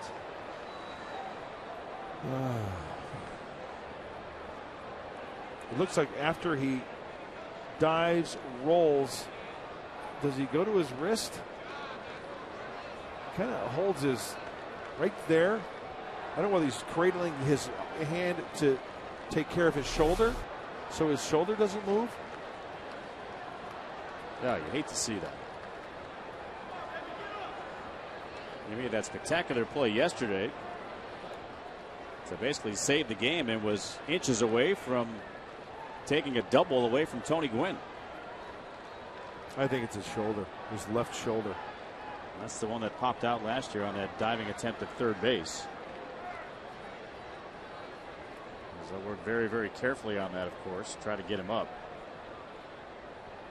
A very concerned Buddy Black looking on.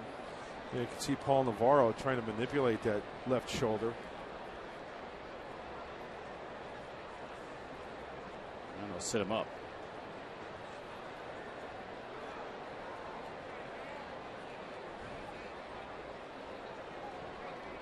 You know, I've never separated a shoulder, but they say, you know, after talking to Phil Nevin, who did it as a Padre in spring training, excruciating pain.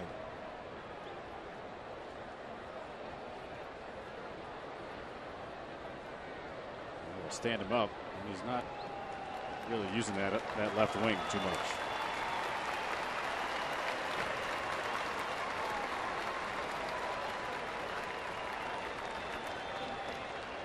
So it's likely that Denorfia would be the guy to go in, since Guzman has already been used as a pinch hitter.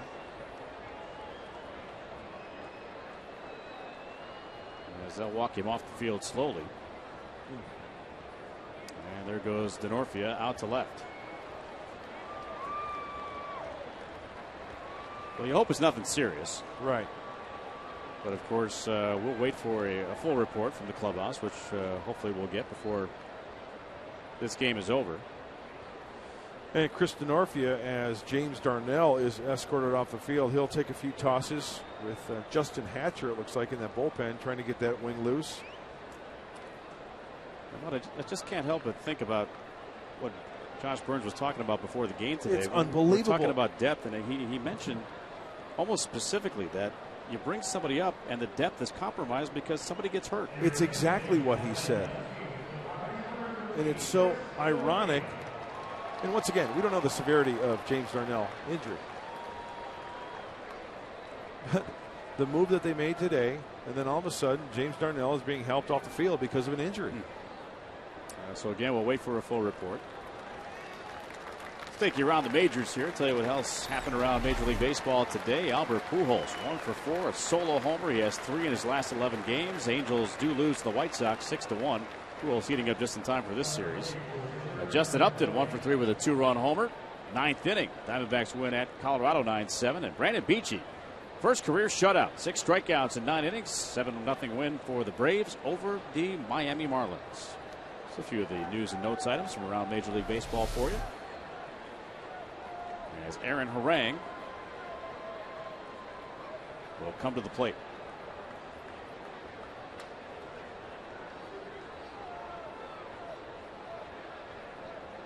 Already showing bunt.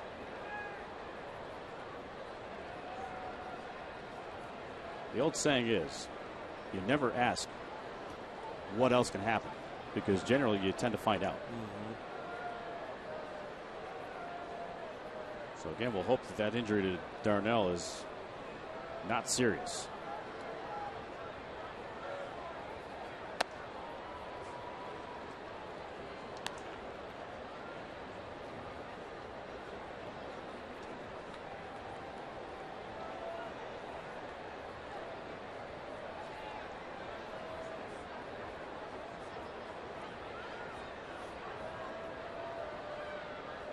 In on the corners, with Gwynn at second.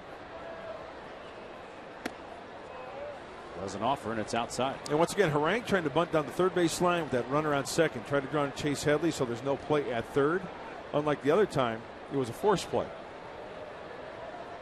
Now, if they elect to go to third base, Chase Headley goes back to the bag. It'd have to be a pretty darn good throw in order to place a tag on Tony Gwynn if he were to go into third base.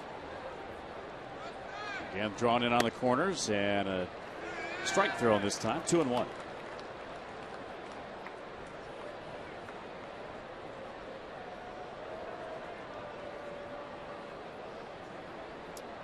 Gwynn's uniform needs some laundering. He definitely lets you show he's played a game.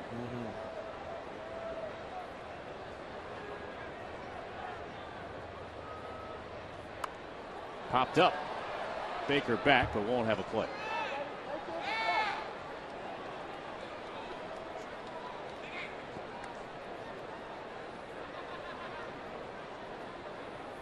See, Harang wants to bunt it here, so Headley comes here, and Tony Gwynn there.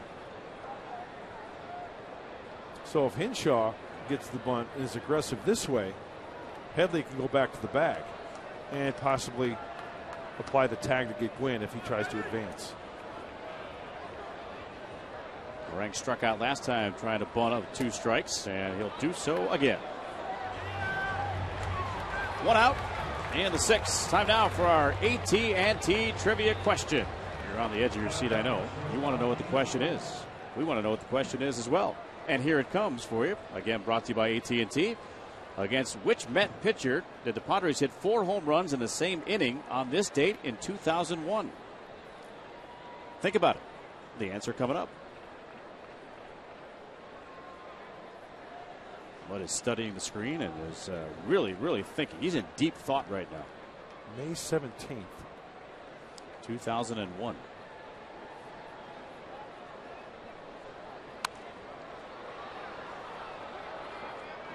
The wheels are spinning. I can smell the smoke from right here. Boy, I'm flummoxed. You take something for that?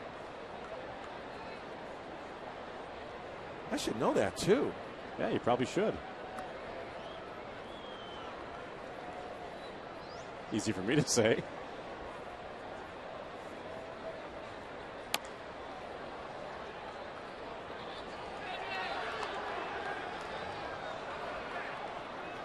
I got it.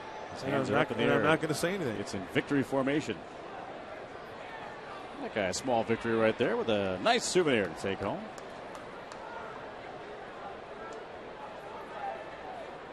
It's Gaylord Perry. He was a Padre. There goes GWYNN. And a swing and a foul. Tony had a nice jump. Maybe Hinshaw one look at Tony Gwynn. I love the way Tony Gwynn wears that uniform. He's got the baggy breeches. He's got the old school stirrups, showing a little bit of sock, white sock underneath. That is a great look. And here's the jump. Hinshaw one looked him. Just as I said. Got the sign, looked at the runner. Let's see if he double looks here.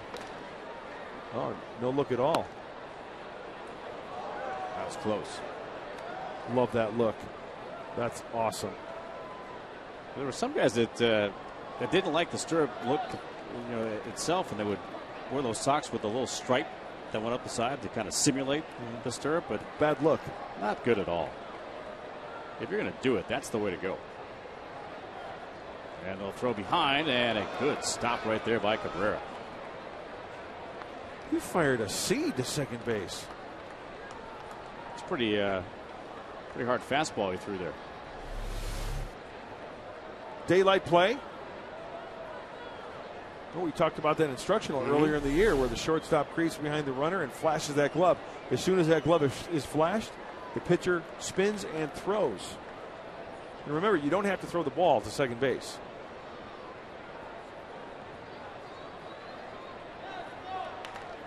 Long look back.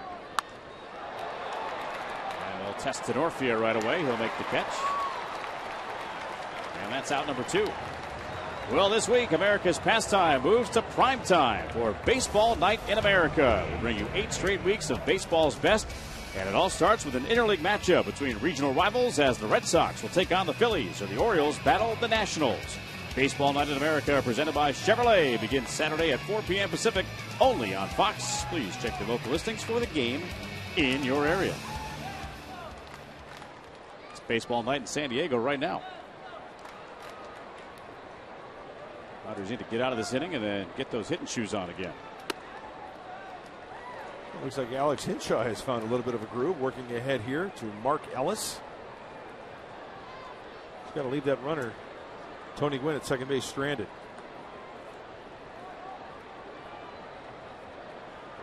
No more points for the Dodgers. They're done with points.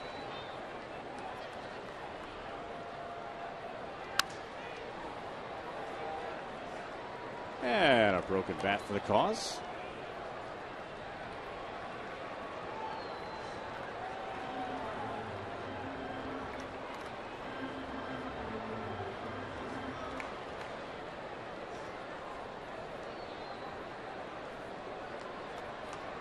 It's amazing what a baseball can do, huh? I know, everybody just wants to look at it. They've seen it 100 times.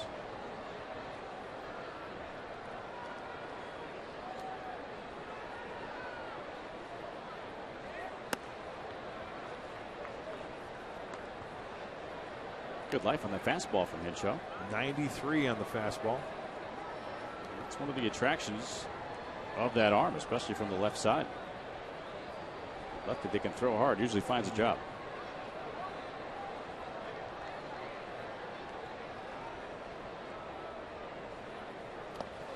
Great block there by Baker.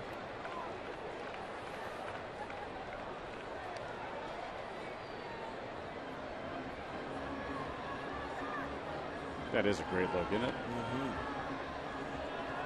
One Aztec looking out at the other Aztec at second base, hoping that his Aztec can retire Mark Ellis.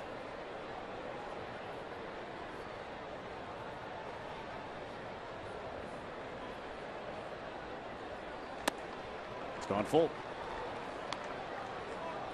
Kind of all over the place. When you look at the Fox tracks, got to harness that 93, 94 mile an hour fastball and try to hit those corners. You see the pitch count for Alex, 22.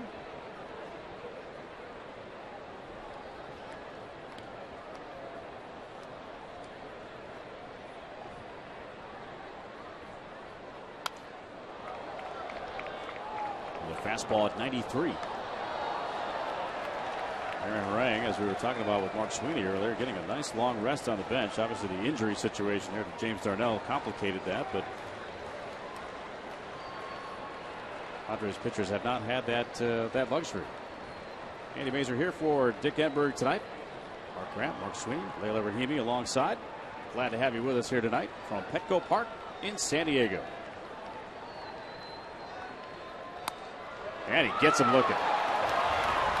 Slider rings him up.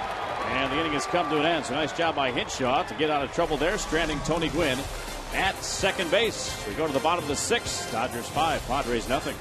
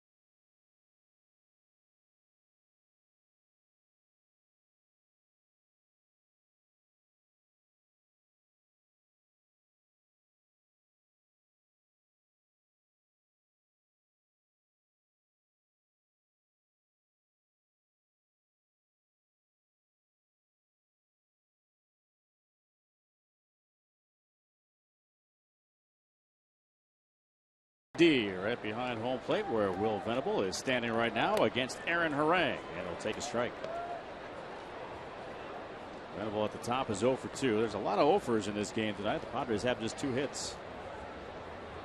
Aaron Harang has been in charge.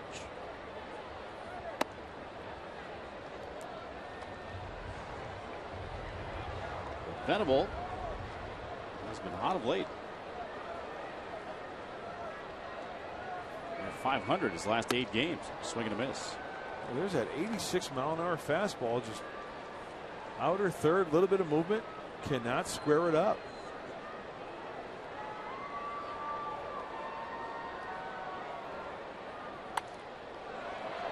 Popped up. And it'll be Kennedy to make the catch for the first down. Well, let's answer our AT&T trivia question. Against which Bet pitcher did the Padres hit 4 home runs in the same inning on this date in 2001? And the answer is Steve Traxel. And that inning took an hour and a half. And that was before the home runs. Oh, yeah. No, I'm kidding, because Steve Traxel was a very slow worker. Slow is being unkind to slow.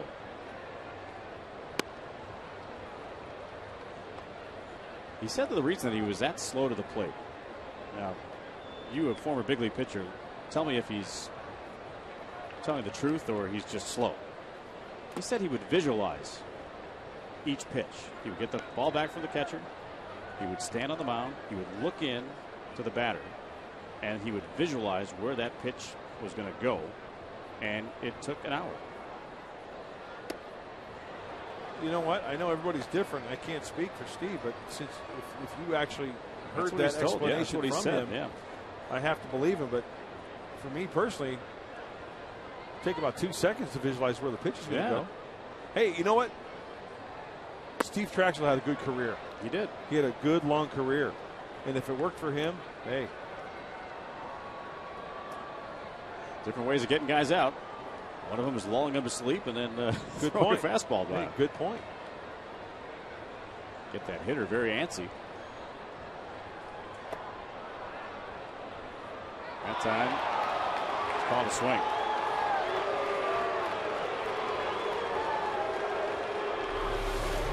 Let's take a look. What do you think? I say no. No?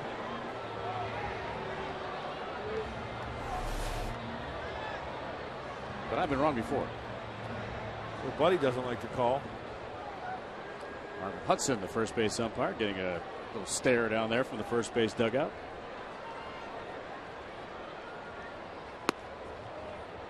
So here's Headley.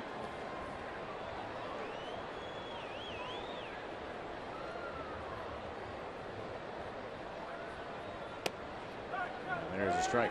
Time now for the San Diego County Credit Union factoid of the game. Right after this pitch.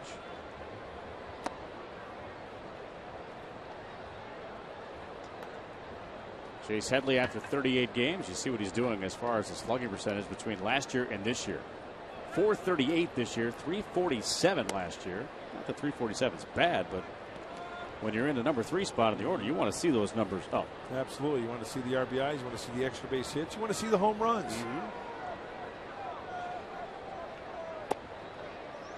Full count. And Headley knew it coming into the year. He said, I gotta get better at this. I have to be a run producer. I have to be the guy to drive in runs and get on base. Trying to check, and that ball hit the knob of the bat. So a foul ball. Buddy Black has used Chase in that number 3 spot pretty much exclusively. He's only been one game without him in the number 3 spot. That was the game he didn't start.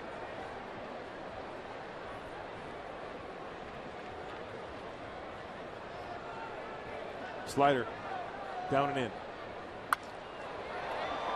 In the air to left, and that'll fall for a base hit. Opposite field, 2-out single by Chase Headley. That'll bring Yonder Alonso to the plate. That's why it's so important for a pitcher to hit a spot. We talked about locating the fastball. He wanted that down and in. See A.J. Ellis? He had to reach across the plate.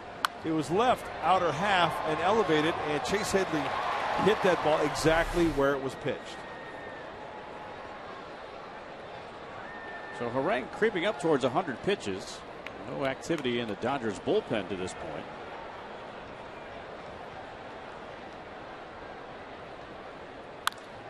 Alonso skies one to left. It's going to send Abreu back, but he'll stop shy of the warning track and make the catch. And the Padres are done here in the 6th. We've played 6. Dodgers 5. Padres nothing.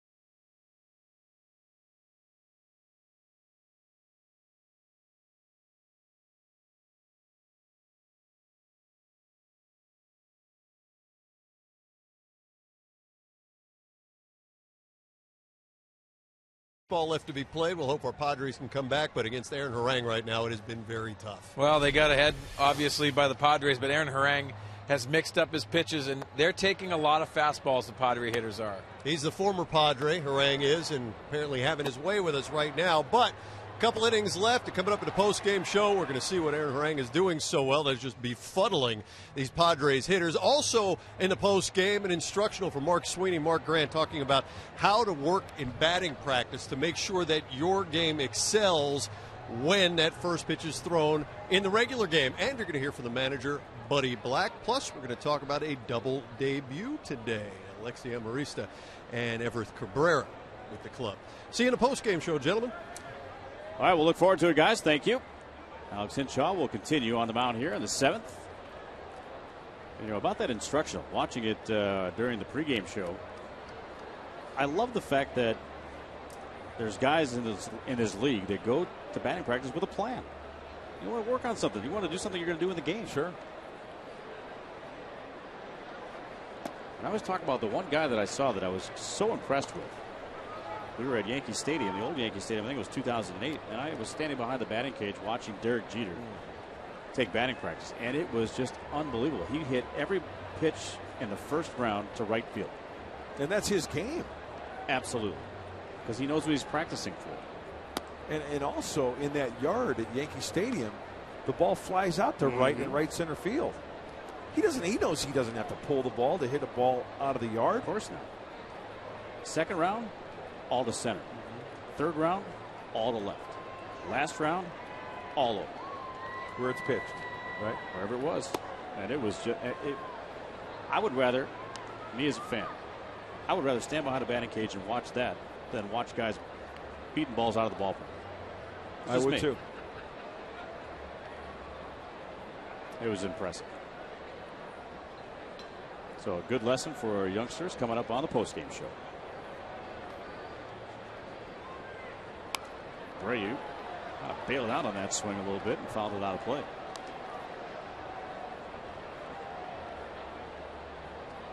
But Abreu, one of those guys that is paying dividends for his new ball club after being released by another. Brandon Inge, who unfortunately went on the disabled list today for the A's, has certainly contributed to their ball club after being released by the Tigers.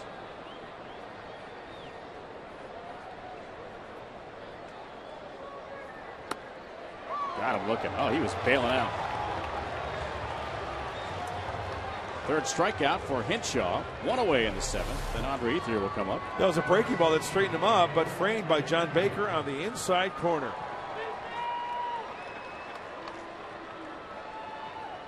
And then in this day of texting, GTG. Gotta go.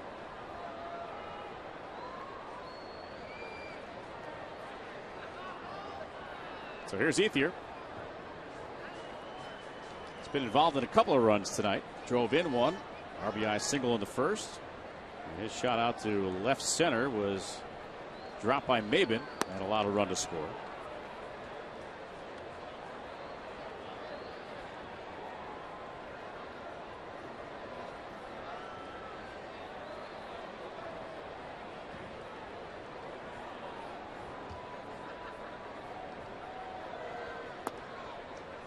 Two pitches outside.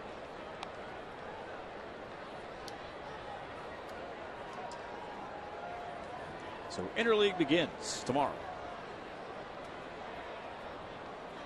What do you think of interleague? I'd like to see a couple of things changed. And it's going to all change next year. Bouncing ball back up the middle. It was flagged down, or at least knocked down partially by Cabrera, but that ball gets into center. And Ethier aboard with his second hit. Well, that would have been interesting if Everett Cabrera comes up with that ball cleanly. Let's take a second look. 1, 2, 3. Oh, it looks like he almost overran it. The ball went in between his body and his glove. And we've seen Everett Cabrera when he was in the big leagues make that play. I'm not saying he should have made it. He could have made it.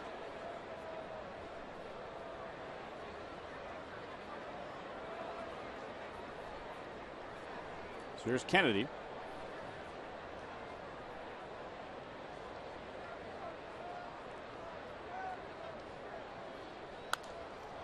Pops the first pitch up.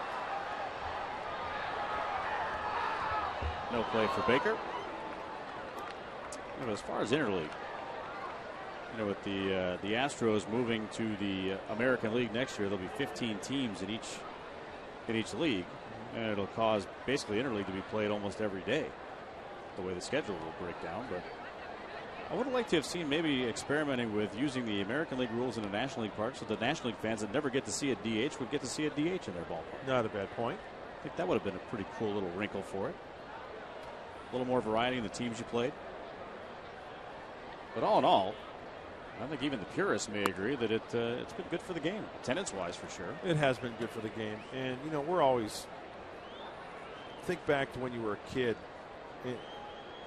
I always liked the All-Star game being the one time, or the 2 times rather, of the American League playing the National League, and then of course in the World Series. Right. But it has been good for the game, no doubt. Tough play there for Headley. He was playing off the line, and that ball just hugged the line. It'll be an infield single. That's one of those hits where you just shake your head, because you can see Chase is playing way off the bag, because that's what the scouting report says when he is pitched, that being Kennedy a certain way.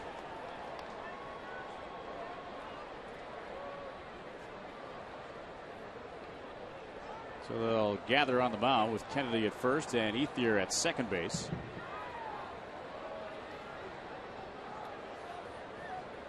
Buddy Black chewing on those seeds. A little frustrated tonight with the offensive output, or lack thereof right now, with Aaron Harang give him most of the credit. He's pitched a nice game. But you want to keep it manageable. You know, I thought that was a makeable play. It wasn't hit that hard, but, you know, Chase was playing way off the line.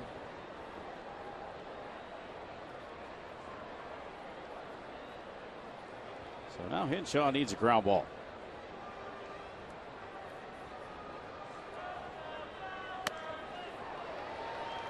Just challenging right there with a fastball right down the middle. Let's head down to check in with Layla Rahimi with an update on James Darnell. Yeah, guys, we just got the word from the staff, and they said it's a left shoulder subluxation for James Darnell, and they're going to reevaluate tomorrow. Thank you, Layla. If I remember correctly, that was the injury from last year, too.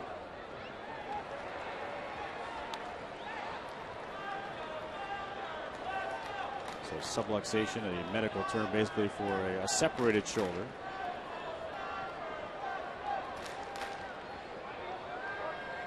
And it just keeps on happening.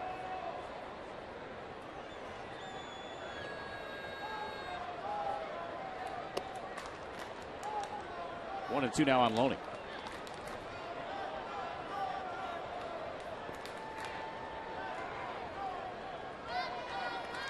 Trying to make a diving effort on a double by Tony Gwynn in the 6th. That's when it happened.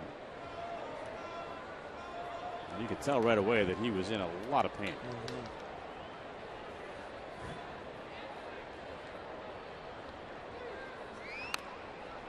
Late swing.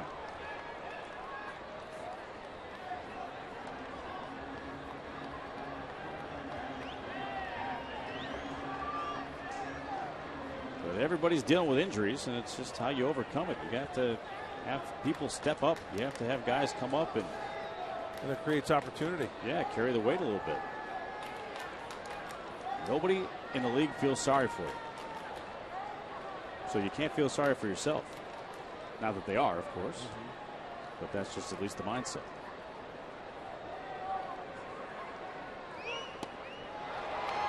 Totally fooled on that pitch, and Loney down on strikes. Well, Friday on Fox Sports San Diego, catch a new episode of Padres POV. Join Kerry Chow as he gets you inside Padres personalities, both on and off the field. Padres POV, Friday at 5:30 on Fox Sports San Diego, presented by Sequan Casino. I saw Kerry at the ballpark today. Yeah, he was in the dugout before the game, rubbing elbows with the players and members of the press. The man about town. Yes, Kerry indeed. Chow. The way to do it, right? Get yourself a nice little gig there. You get to go to different places with these guys and get to learn a little bit about what makes these guys tick. So now 2 outs with Ellis at the plate, first and second for the Dodgers, who lead this by a score of 5-0.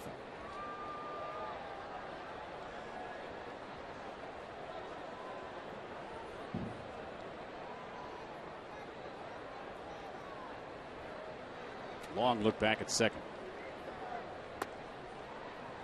Gets the call on the corner.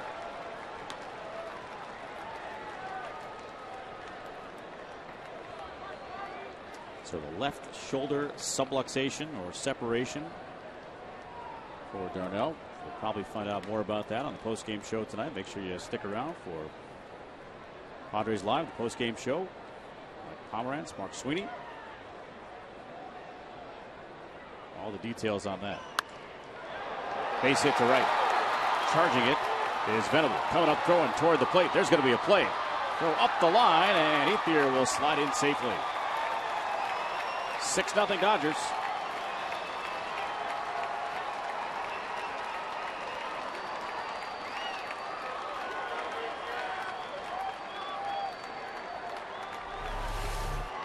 Nice, easy swing by Ellis. He got a fastball and just stayed on it. Kind of inside out of that pitch to right field. ETHIER avoiding the tag, sliding towards the outside, and clearly hitting home plate for the 6th run. ETHIER getting the high fives in the dugout. Single for Ellis. He took second on the throw. Looking at that swing as they intentionally passed Tony Gwynn Jr. We hear Mark Sweeney talking about that quite a bit, about slowing the game down, right? Slowing the game down and just taking a nice easy swing on that fastball and taking it the opposite way.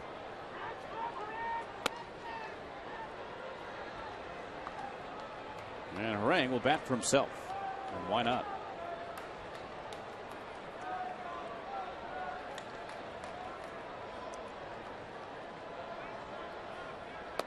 Whoa.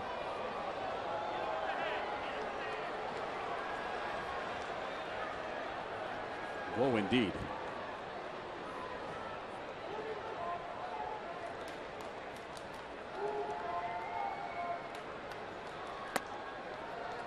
So there's ball 4. As Brad Brock is up once again in the Padres bullpen. And Harang will bat. Sacrifice in the second and a couple of strikeouts. You know, interesting thing here with the bases loaded, you've got the pitcher coming up. He just got throwing 4 wide ones. He's got to get dialed in, get ahead of Aaron Harang. Go right after him. Nice job here by Hinshaw, eating up some innings here, saving the bullpen. As well, you pointed out earlier when Josh Burns was here, there's not a lot of off days. One, as a matter of fact, between now and the end of the month. And it comes at the end of the month. Harang is hacking and fouling it away.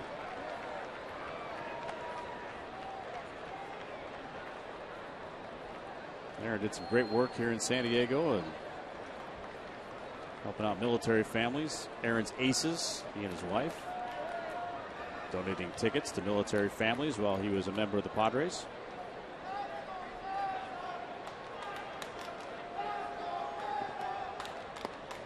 Great pick right there by Baker. How about that feeling as a catcher? You're set up on one side of the plate.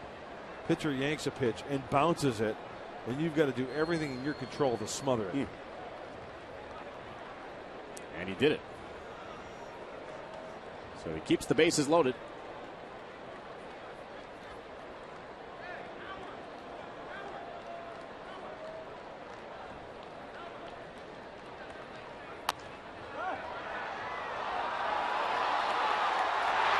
Hinshaw throws it wide and a run is in.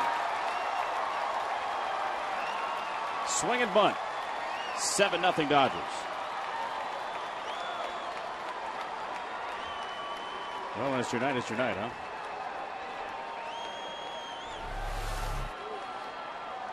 The one cliche I was thinking about was when it rains, it pours. My goodness. Make a good pitch like that, topped. Just one of those nights. So Buddy Black with a visit to the mound. Brock has been loosening. And we'll have a new pitcher coming in. 7-0 Dodgers here in the 7th.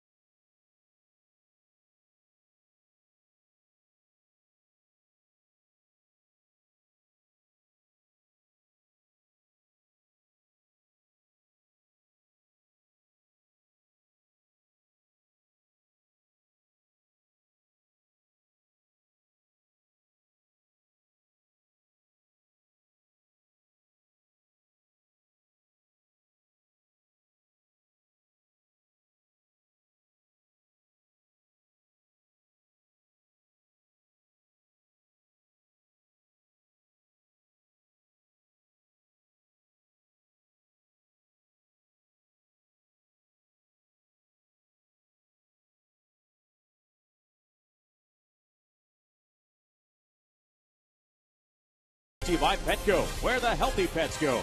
By the all-new Mazda CX-5 with 35 highway miles per gallon. And by Men in Black 3 in theaters May 25th. New pitcher Brad Brock as the kids continue to build those beautiful sandcastles out there beyond the right center field wall in the area affectionately known as the beach here at Petco Park. And right now, Brad Brock will come on and try to keep this in order here. It's already a 7-0 lead for the Dodgers. They have the bases loaded. Yeah, last time out for Brad Brock, like Alex Hinshaw, was Sunday, and it was in Philadelphia. An inning of work, 1 hit, no runs. He walked a couple of Phillies, struck out 2. Pretty nice numbers in the limited time. The walks, though, way too high. 11 and 10 in the third innings of work. So here is Gordon. He's the 8th man to bat in this 7th inning. Way out in front. Well, Brock has done a nice job, as you see the bases loaded there for the Dodgers, since he came back to the big leagues on May 4th. 6 innings and 10 strikeouts. He struck out 8 of the last 11 batters he's faced.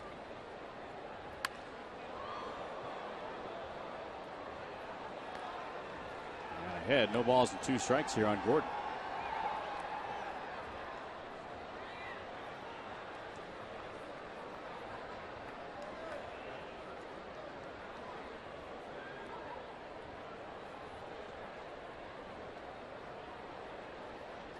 Brock had a ton of family with him in Philadelphia.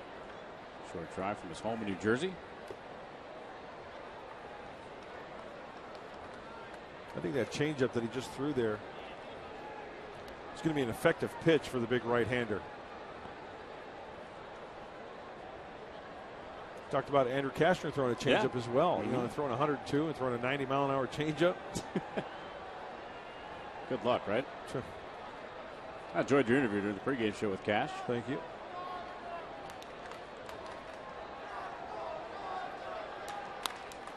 Popped them up. And Cabrera will make the catch. And the inning has come to an end. A couple more runs, though, for the Dodgers, who lead it 7-0 going to the bottom of the 7th.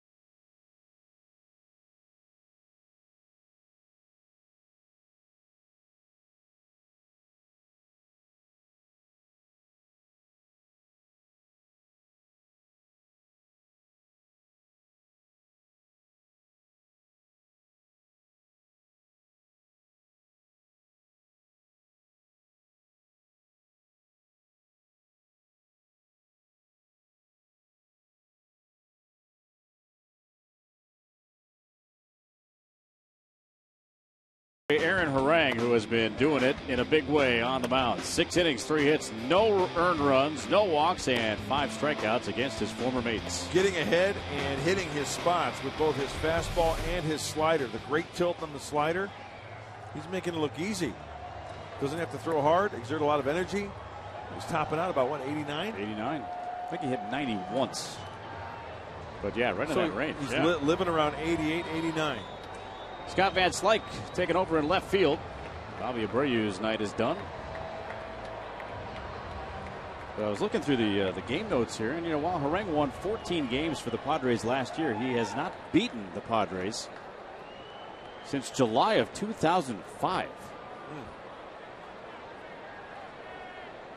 So here's Denorfia.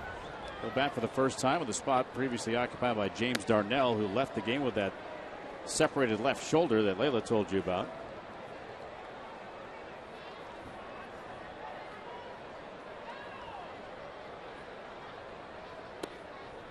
And I was asking some folks from our media relations staff about the injury from last year with Darnell. It was officially called a strained left shoulder last year, but it did require surgery to what they call stabilize the shoulder. Kind of like tighten it up. Kind of similar to what Dustin Mosley had last year on the shoulder. But fairly similar, and we'll wait, of course, to hear from Buddy Black about the reports from medical staff on the postgame show. 3-1 on Denorfia. That was pitch number 100, as you see right there, from Aaron Harang.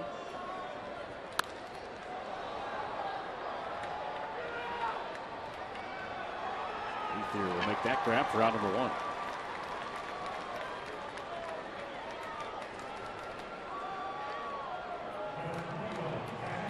Well, on this night in Major League Baseball history, they called him Tommy Terrific, and they called him that for a reason. Tom Seaver struck out 10 consecutive Padres April 22nd, 1970. 19 strikeouts total for the game. His next start against the Padres was May 1st of 1970, and he struck out 10. So 29 strikeouts in a matter of 2 starts. Hall of Famer Tom Seaver. One of my favorites to watch as a kid, Tom Seaver. The old drop and drive. Not too many pitchers can do that. Nope. A lot of pitchers tried to copy that delivery, and a lot of pitchers got hurt doing it. That pitcher right there with a bat in his hand is doing some things that Tom Seaver did. A lot of strikeouts there for Clayton Kershaw. A Cy Young Award.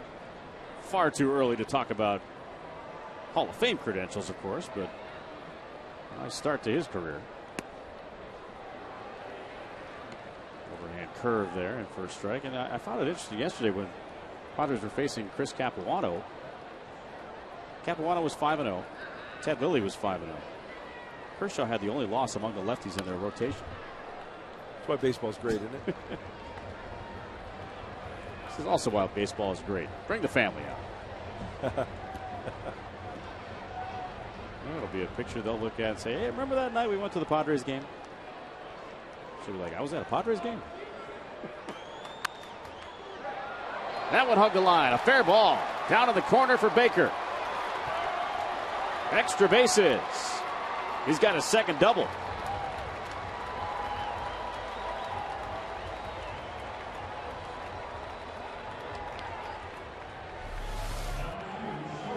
Good looking swing from Baker.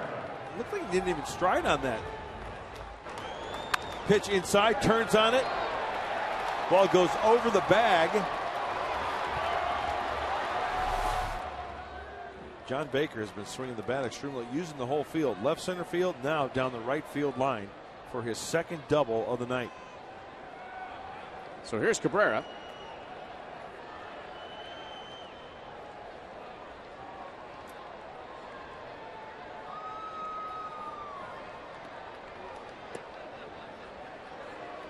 Good curve. Still has a good feel for it.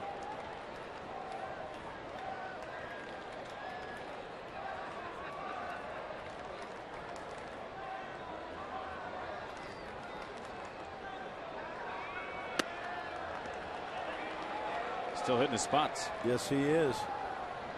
That was pitch 108 for Aaron Harang.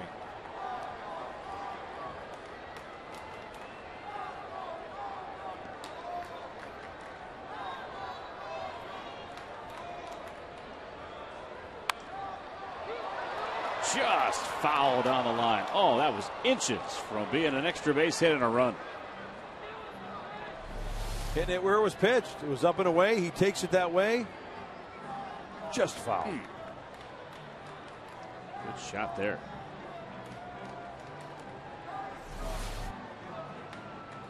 Cabrera a little frustrated, thinking, I got my hit. Got to run in. An exciting player. Yes, he is.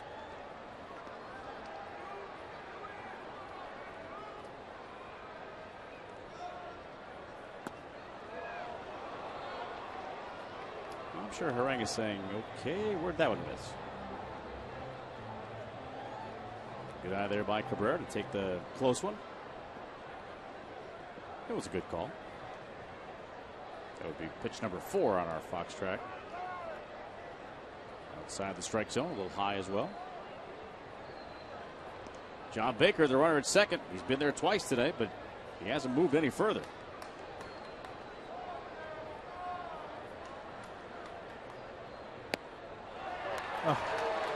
Called a strike. That was even further outside than the one that I was questioning. Yes, it was.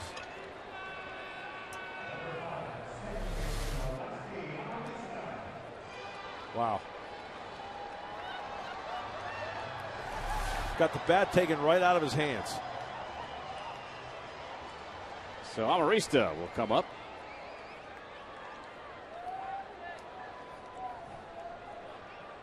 Reached on an infield single back in the 5th.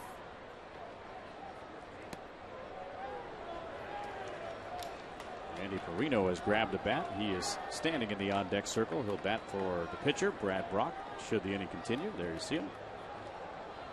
Another guy that should get some significant playing time now with Jason Bartlett on the disabled list. Buddy Black will, I'm sure, continue to use Perino.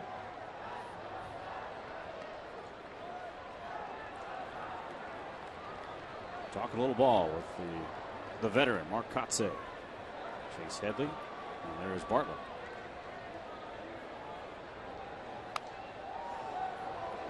See, this is what's so tough about this game of baseball. You trail 7-0. It's getting late in the game, but yet you cannot give away at bats as a hitter. You've got to go up there like it's tied at 0, trying to get that run in from second base. Got jammed. Look at John Baker out there at second base. And over his last 3 starts, he is 7 for 11 and hitting a robust .636. Stay hot. 2 for 3 tonight, 3 for 4 in Washington in the first game, and that second game it is, and 2 for 4 against the Phillies. Rolled slowly to short, and Gordon will throw on Amarista, and that's the inning. Once again, a John Baker double wasted as he's stranded at second. We played 7.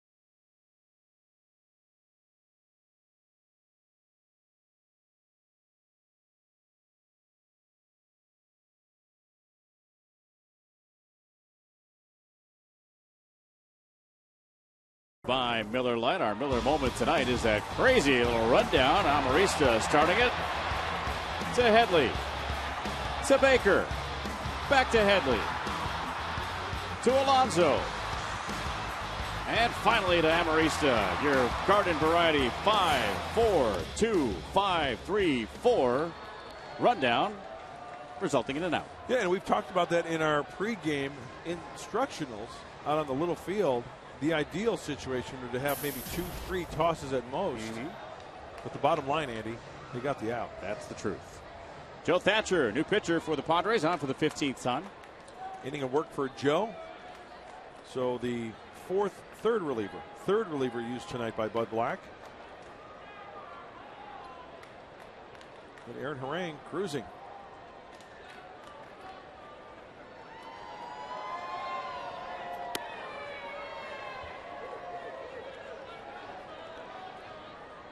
And this is Mark Ellis. 1 hit and 4 tries today, 1 for 4 with that single in the second.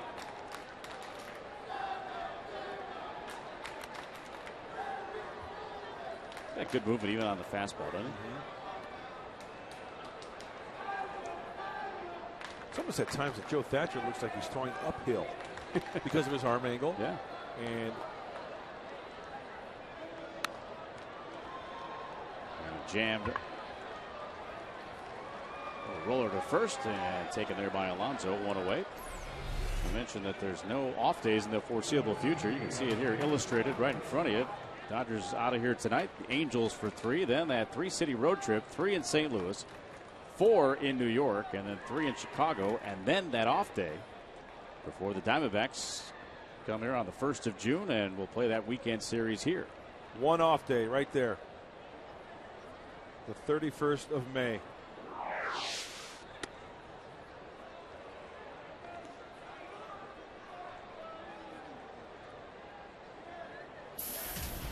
Scott Van Slyke will bat for the first time.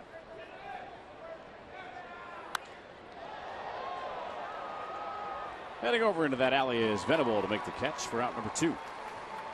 Well, if the last name sounds familiar, Scott Van Slyke, and you're a baseball fan, you're right.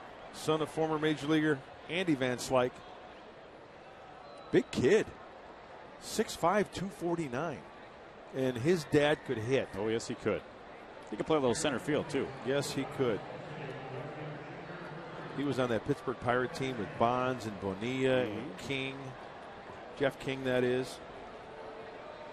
Chico leaned. Oh, yeah. Spanky Lavalier. Mike Lavalier. Yeah.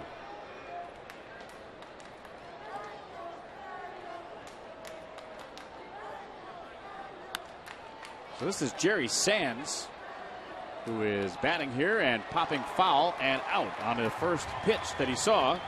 Batting for Andre Ethier. We go to the bottom of the 8th. Padres down by a touchdown.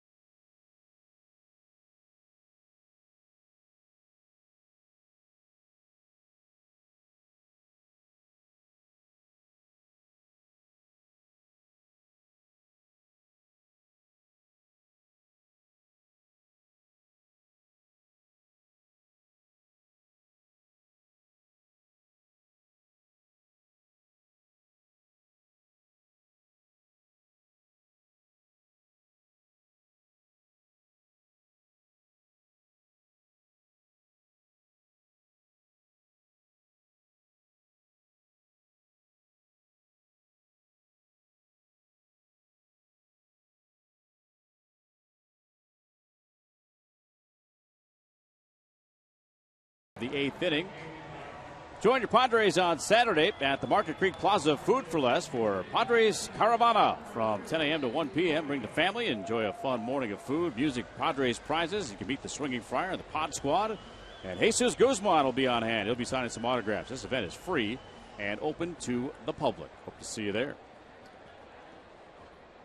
So Jamie Wright is the new pitcher here for the Dodgers after 7 strong from Aaron Harang. First man he'll face is a pinch hitter, Andy Perino.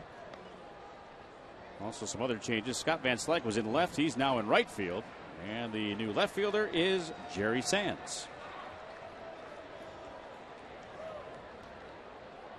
So Harang with 7 strong innings against his former club. There's a broken bat foul. Look where the barrel of that bat ended up.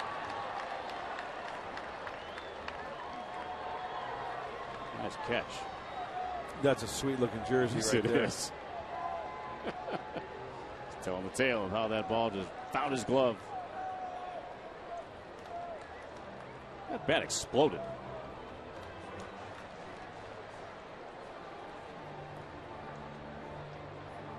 So you know that gentleman that was wearing the Brooklyn jersey? Yeah. It's not that I have a problem, but see how it says Robinson on the back? They didn't have names on the back then, right? I knew you were going with that, yeah. Because you're a stickler for the rules. Being the baseball fan that I am, Yeah. of course I know I see Brooklyn, I see Dodgers, I see 42, I know Jackie Robinson. It's almost like when people walk around with a Derek Jeter jersey, home jersey, and it says Jeter #2 on the back. No, you don't do that. No, I agree with you. The Yankees don't have their names on the back of their home uni, or they don't have it on the back of their away unis. I mean that's great that he's honoring Jackie. Yeah, absolutely. I love Jackie Robinson. It's great. But if you're going to wear a Brooklyn jersey, wear it like it was back in the day. Absolutely. My other question about that jersey is the front of that jersey. Now, the Dodgers have always had that red TV number, as they call number it, on the front. I don't think his has the red TV numbers on the front. I mean, it's a minor thing, of course. He's shaking his head like, yeah, what's it matter? Yeah, thank you for turning. We appreciate that. Thank you, sir. And I don't think I saw any TV numbers down there. That's what I've always, when I was growing up as a kid, that number on the front, they call it a TV number. Right. I don't know. Football, they have them on the shoulder pads. Right. Around the shoulders, where the shoulder pads are. Sweet jersey. It is a good-looking jersey, but it's historically inaccurate. Swing and a miss by Perino. 1 away. And you know what else? If you wear the jersey without the name on the back, people will ask you, and they'll give them an education. Exactly. Well, you know what? It's one of the greatest Dodgers to ever wear a uniform. He wore number 42, and his name is Jackie Robinson. Don't look, come on. Don't look. Don't look. He's probably texting going, Mark's probably picking on me for wearing Robinson on the back of my jersey. No. Probably texting the person that got him that jersey saying, look, you got it wrong. See? They didn't have names on the back of their jerseys back then. I'm with you. He's trying to stir the pot a little bit.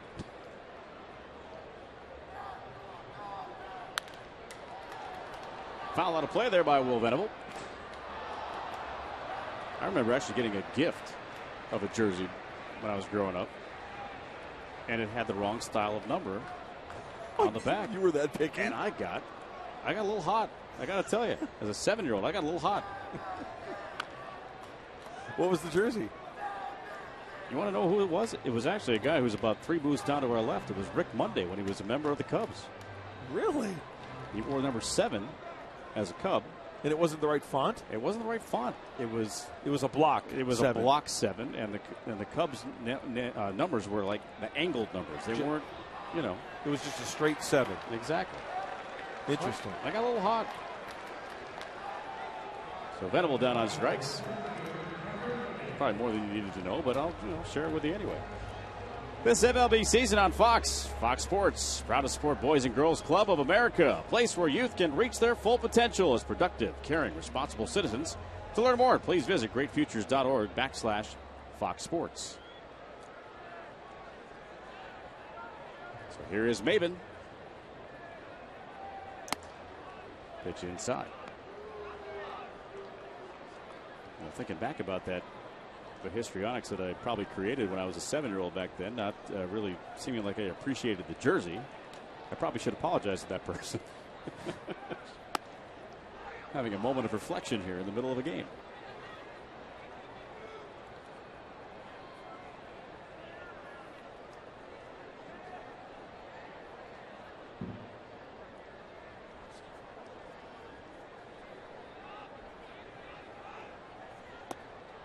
There's a strike. See, here's how particular Andy Mazur is. Exactly. This is the 7 that was on the back of the jersey. That was not right. Here's the style of the Cub number 7 that Rick Monday wore. It was just a plain 7. This 7 had this, and that's how particular this. Okay. Everybody's got their thing, you know. That happened to be mine. Swing and a miss by Maven. And the Padres done in order here in the 8th. 7-0 Dodgers after 8.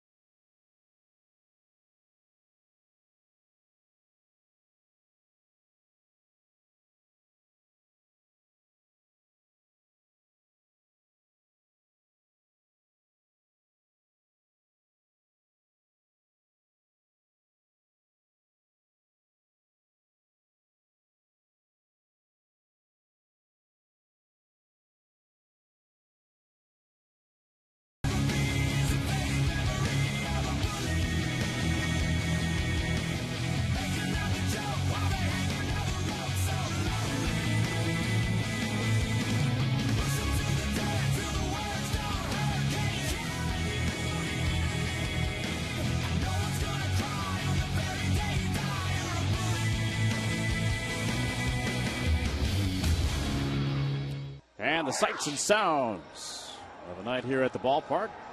Bill, Craig, and Robbie doing the thing there in the tape room for us. Appreciate that. As Miles Michaelis will come on in relief here for the Padres in the 9th. Well, it's Johnny Holstaff tonight for the San Diego Padres. Everybody getting an inning of work, or a third of an inning. Hinshaw, inning and 2/3. Brock, third of an inning. Joe Thatcher, 1 inning. And Miles Michaelis getting the 9th. High ERA, high opponent's batting average, and a small sample size. 3 1/3 innings pitched for the right-hander. Chance to get an inning of work. Late swing. And he needs to, that's Miles Michaelis, he needs to button it up a little bit, right? Especially the last time out, a little wild. Needs to be a little bit more aggressive. He's going back to the prospect look with the haircut. He cut those locks of his. Yes, he did. Maybe to change it up a little bit.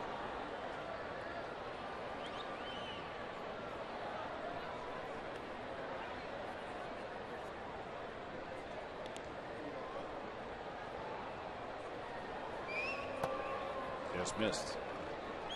Well, maybe Michaelis cut the hair so that Buddy Black would recognize him, because the last time he was on the mound, Buddy had a very pointed message for him, and it was a situation where the pitching coach would normally come out, but Buddy had full head of steam out of that dugout and a lot of heated words.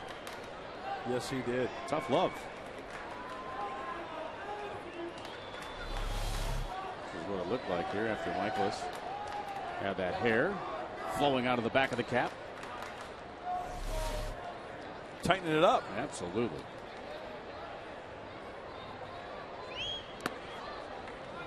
John Baker has been all over the place tonight. A nice block right there. Just want you to know, I checked my my Twitter account here in between innings, and there are a lot of folks that are on our side with this jersey thing. Really? Absolutely. Hugging the line there, but it's going to be a foul ball. Yeah, wear it like they wore it back in the day. Exactly. Or how about this one, the Babe Ruth one, number 3, Yankees, in Ruth on the back. Come on. For a while, they didn't have the number 3 on the back. Right. That was that Yankees team. I think that was the first one that ever had numbers on it. Knocked down there by Michaelis. And a high throw, and it gets by Alonso. Down to second goes Kennedy, and he'll stand. Michaelis got staggered by that ball coming back and threw it high, and it got by Alonso.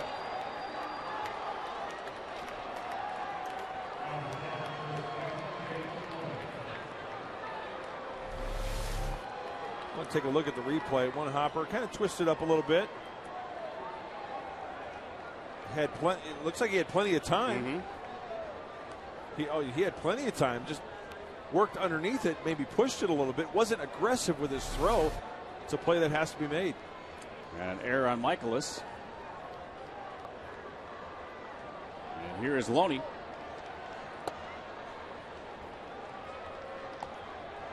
It's not about the stuff with Michaelis. I mean, that's a 95-mile-an-hour fastball. He was doing the job in the minors, but that just kind of goes to show you the big difference between pitching in Double-A and Triple-A and trying to get big league hitters out. It's a learning process.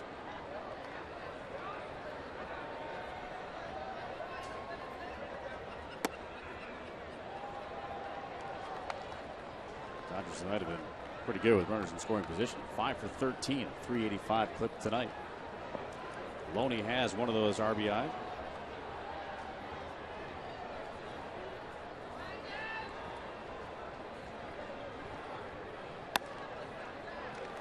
It's 3-0. Todd Coffey in the bullpen. He must really like pitching here at Petco because it's a real short run from that bullpen onto the mound. Good point. Well, he likes to sprint when he takes the mound. He needs to maybe switch to decaf. Oh, I get it. You here all weekend? As a matter of fact, no.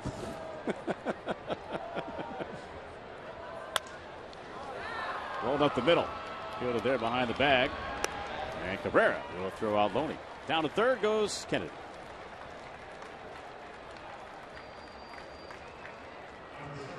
Well, the Padres are celebrating their history with 3 great retro games this season. First retro night tomorrow night. Padres wear their brown and gold 78 jerseys against the Angels at 7:05.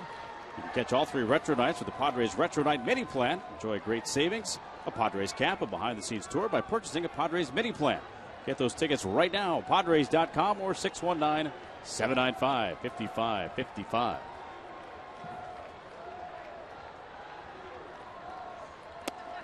Pitch outside to Ellis, who, by the way, has now reached base safely in 26 consecutive games. They're touting this guy for the All-Star game. It's hitting .333. Yeah. That's going to get a run in. Ellis will be thrown out. But Kennedy will score. It's now 8-0 LA.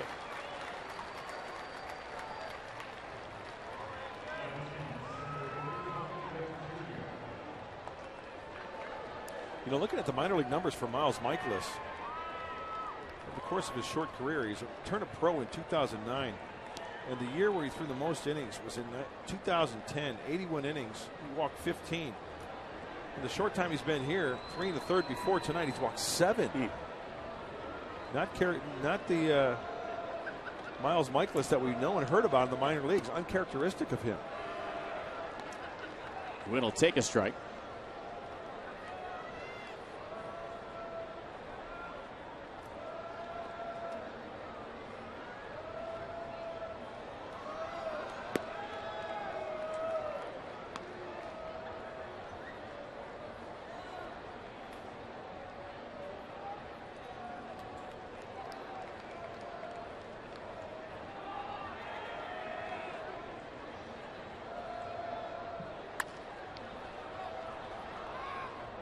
Hugging the line, but that's going to be called foul.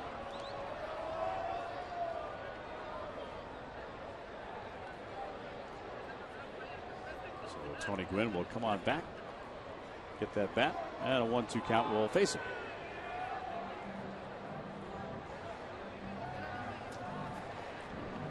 Padres were trying tonight for their first 3-game winning streak. They've had several 2-game streaks. They've had 5 of those to be exact.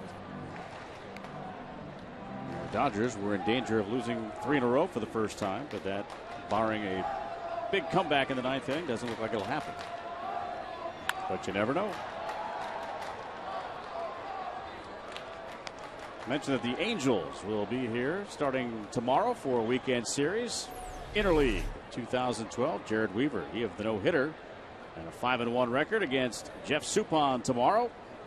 Saturday's matchup, Dan Herron and Tim Stauffer, then Urban Santana and Anthony Bass on Sunday. Don't forget about Saturday. That's a 7:05 start as opposed to the original 5:35. 7:05 on Saturday. To the bottom of the 9th, 8-0 LA.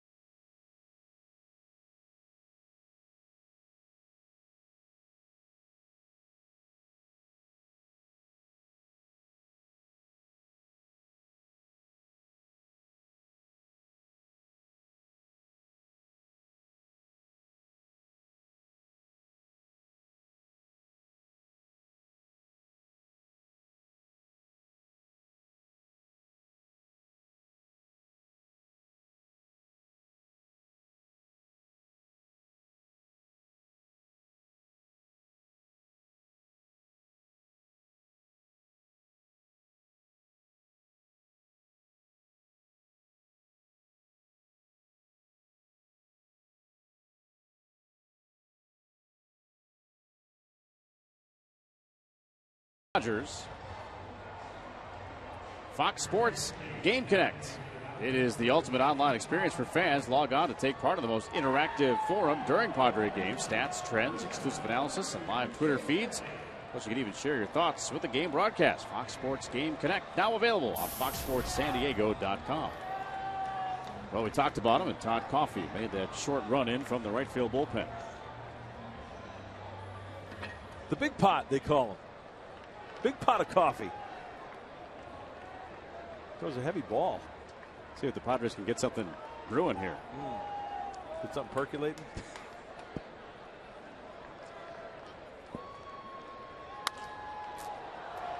Kick save to the shortstop.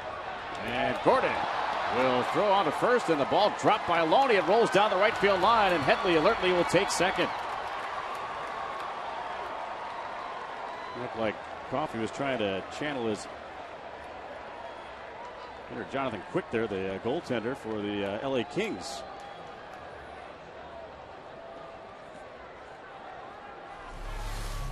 So error on Gordon. I mean, look at this.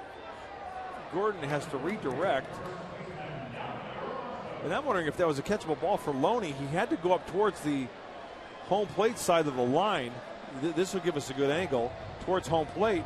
Oh, that's got to be an error on Loney, doesn't it? I think that should be changed. And they have changed it. So give the error to Loney. After that excellent look on the replay, that's what changed the call.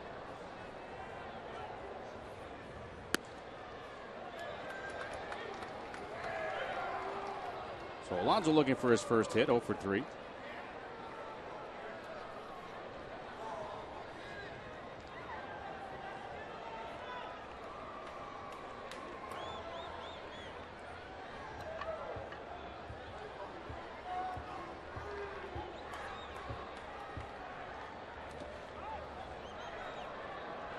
Coffey's missing 1-1.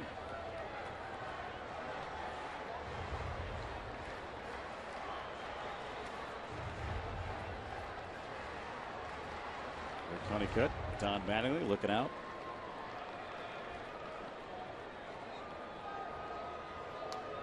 The big fella, Todd Coffey.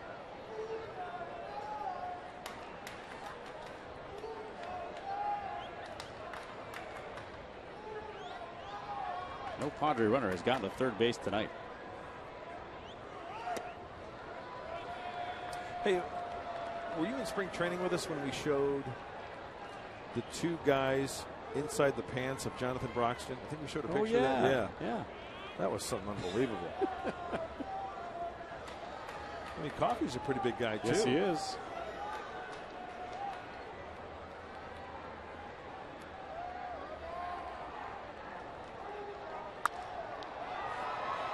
We'll move Headley on to third, but it's an out. As Alonso is thrown out. First base runner to third base all night. And it comes here in the 9th inning. So Denorfio will bat for the second time. If you missed it earlier, James Darnell had to leave the game.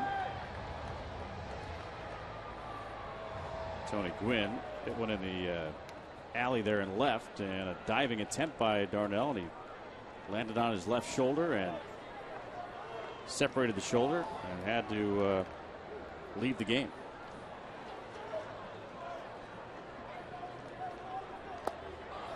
Big swing there by Denorfio. Boy, heavy sinker from Coffey. That's a 93. I always like the way Coffey attacks the zone. He can get it up there now, 95, 96 on that sinking fastball. Slider and a changeup as well from the right-hander.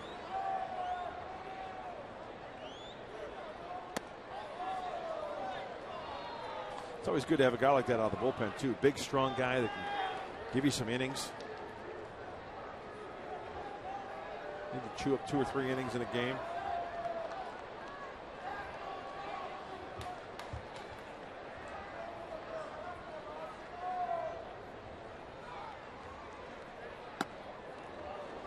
Inside. 92-mile-an-hour fastball that time.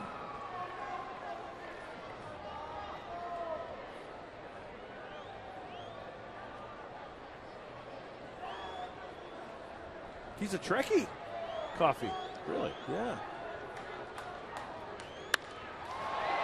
Base hit left field, and the Padres are on the board. Chris Denorfio will drive in Headley. And it's an 8-1 game.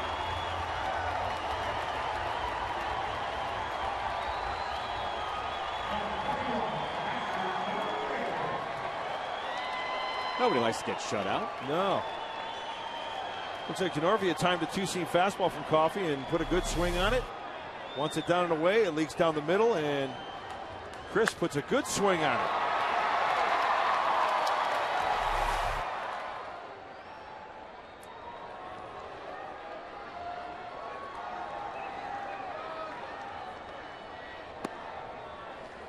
It says here in the media guide that Todd Coffey,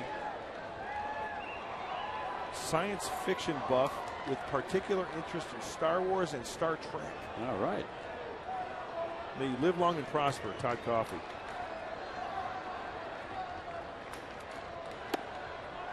He's using the force.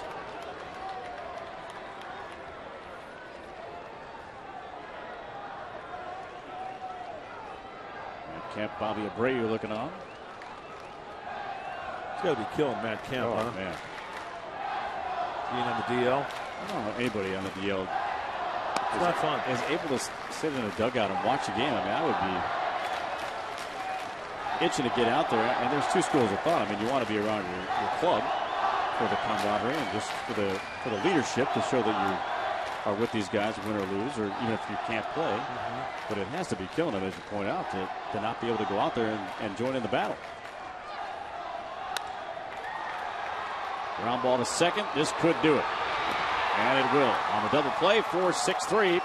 And that is your ball game. Padres avoid the shutout. They score the run here in the ninth, but fall to the Dodgers by a final of 8-1. Time to check in with Mike Pomeranz to find out what's coming up on the postgame show. Hey guys, hope you stick around. Join us. Got a decent show for you for sure. We're going to talk about how to hit in the batting cages. Great opportunity for young players and coaches to learn something from Mark Sweeney and Mark Grant and improve your game between the lines. Also have to break down today's game. Aaron Harang looking red hot. The former Padre getting it done. And you're going to hear from the manager, Buddy Black. We'll see you in the postgame show.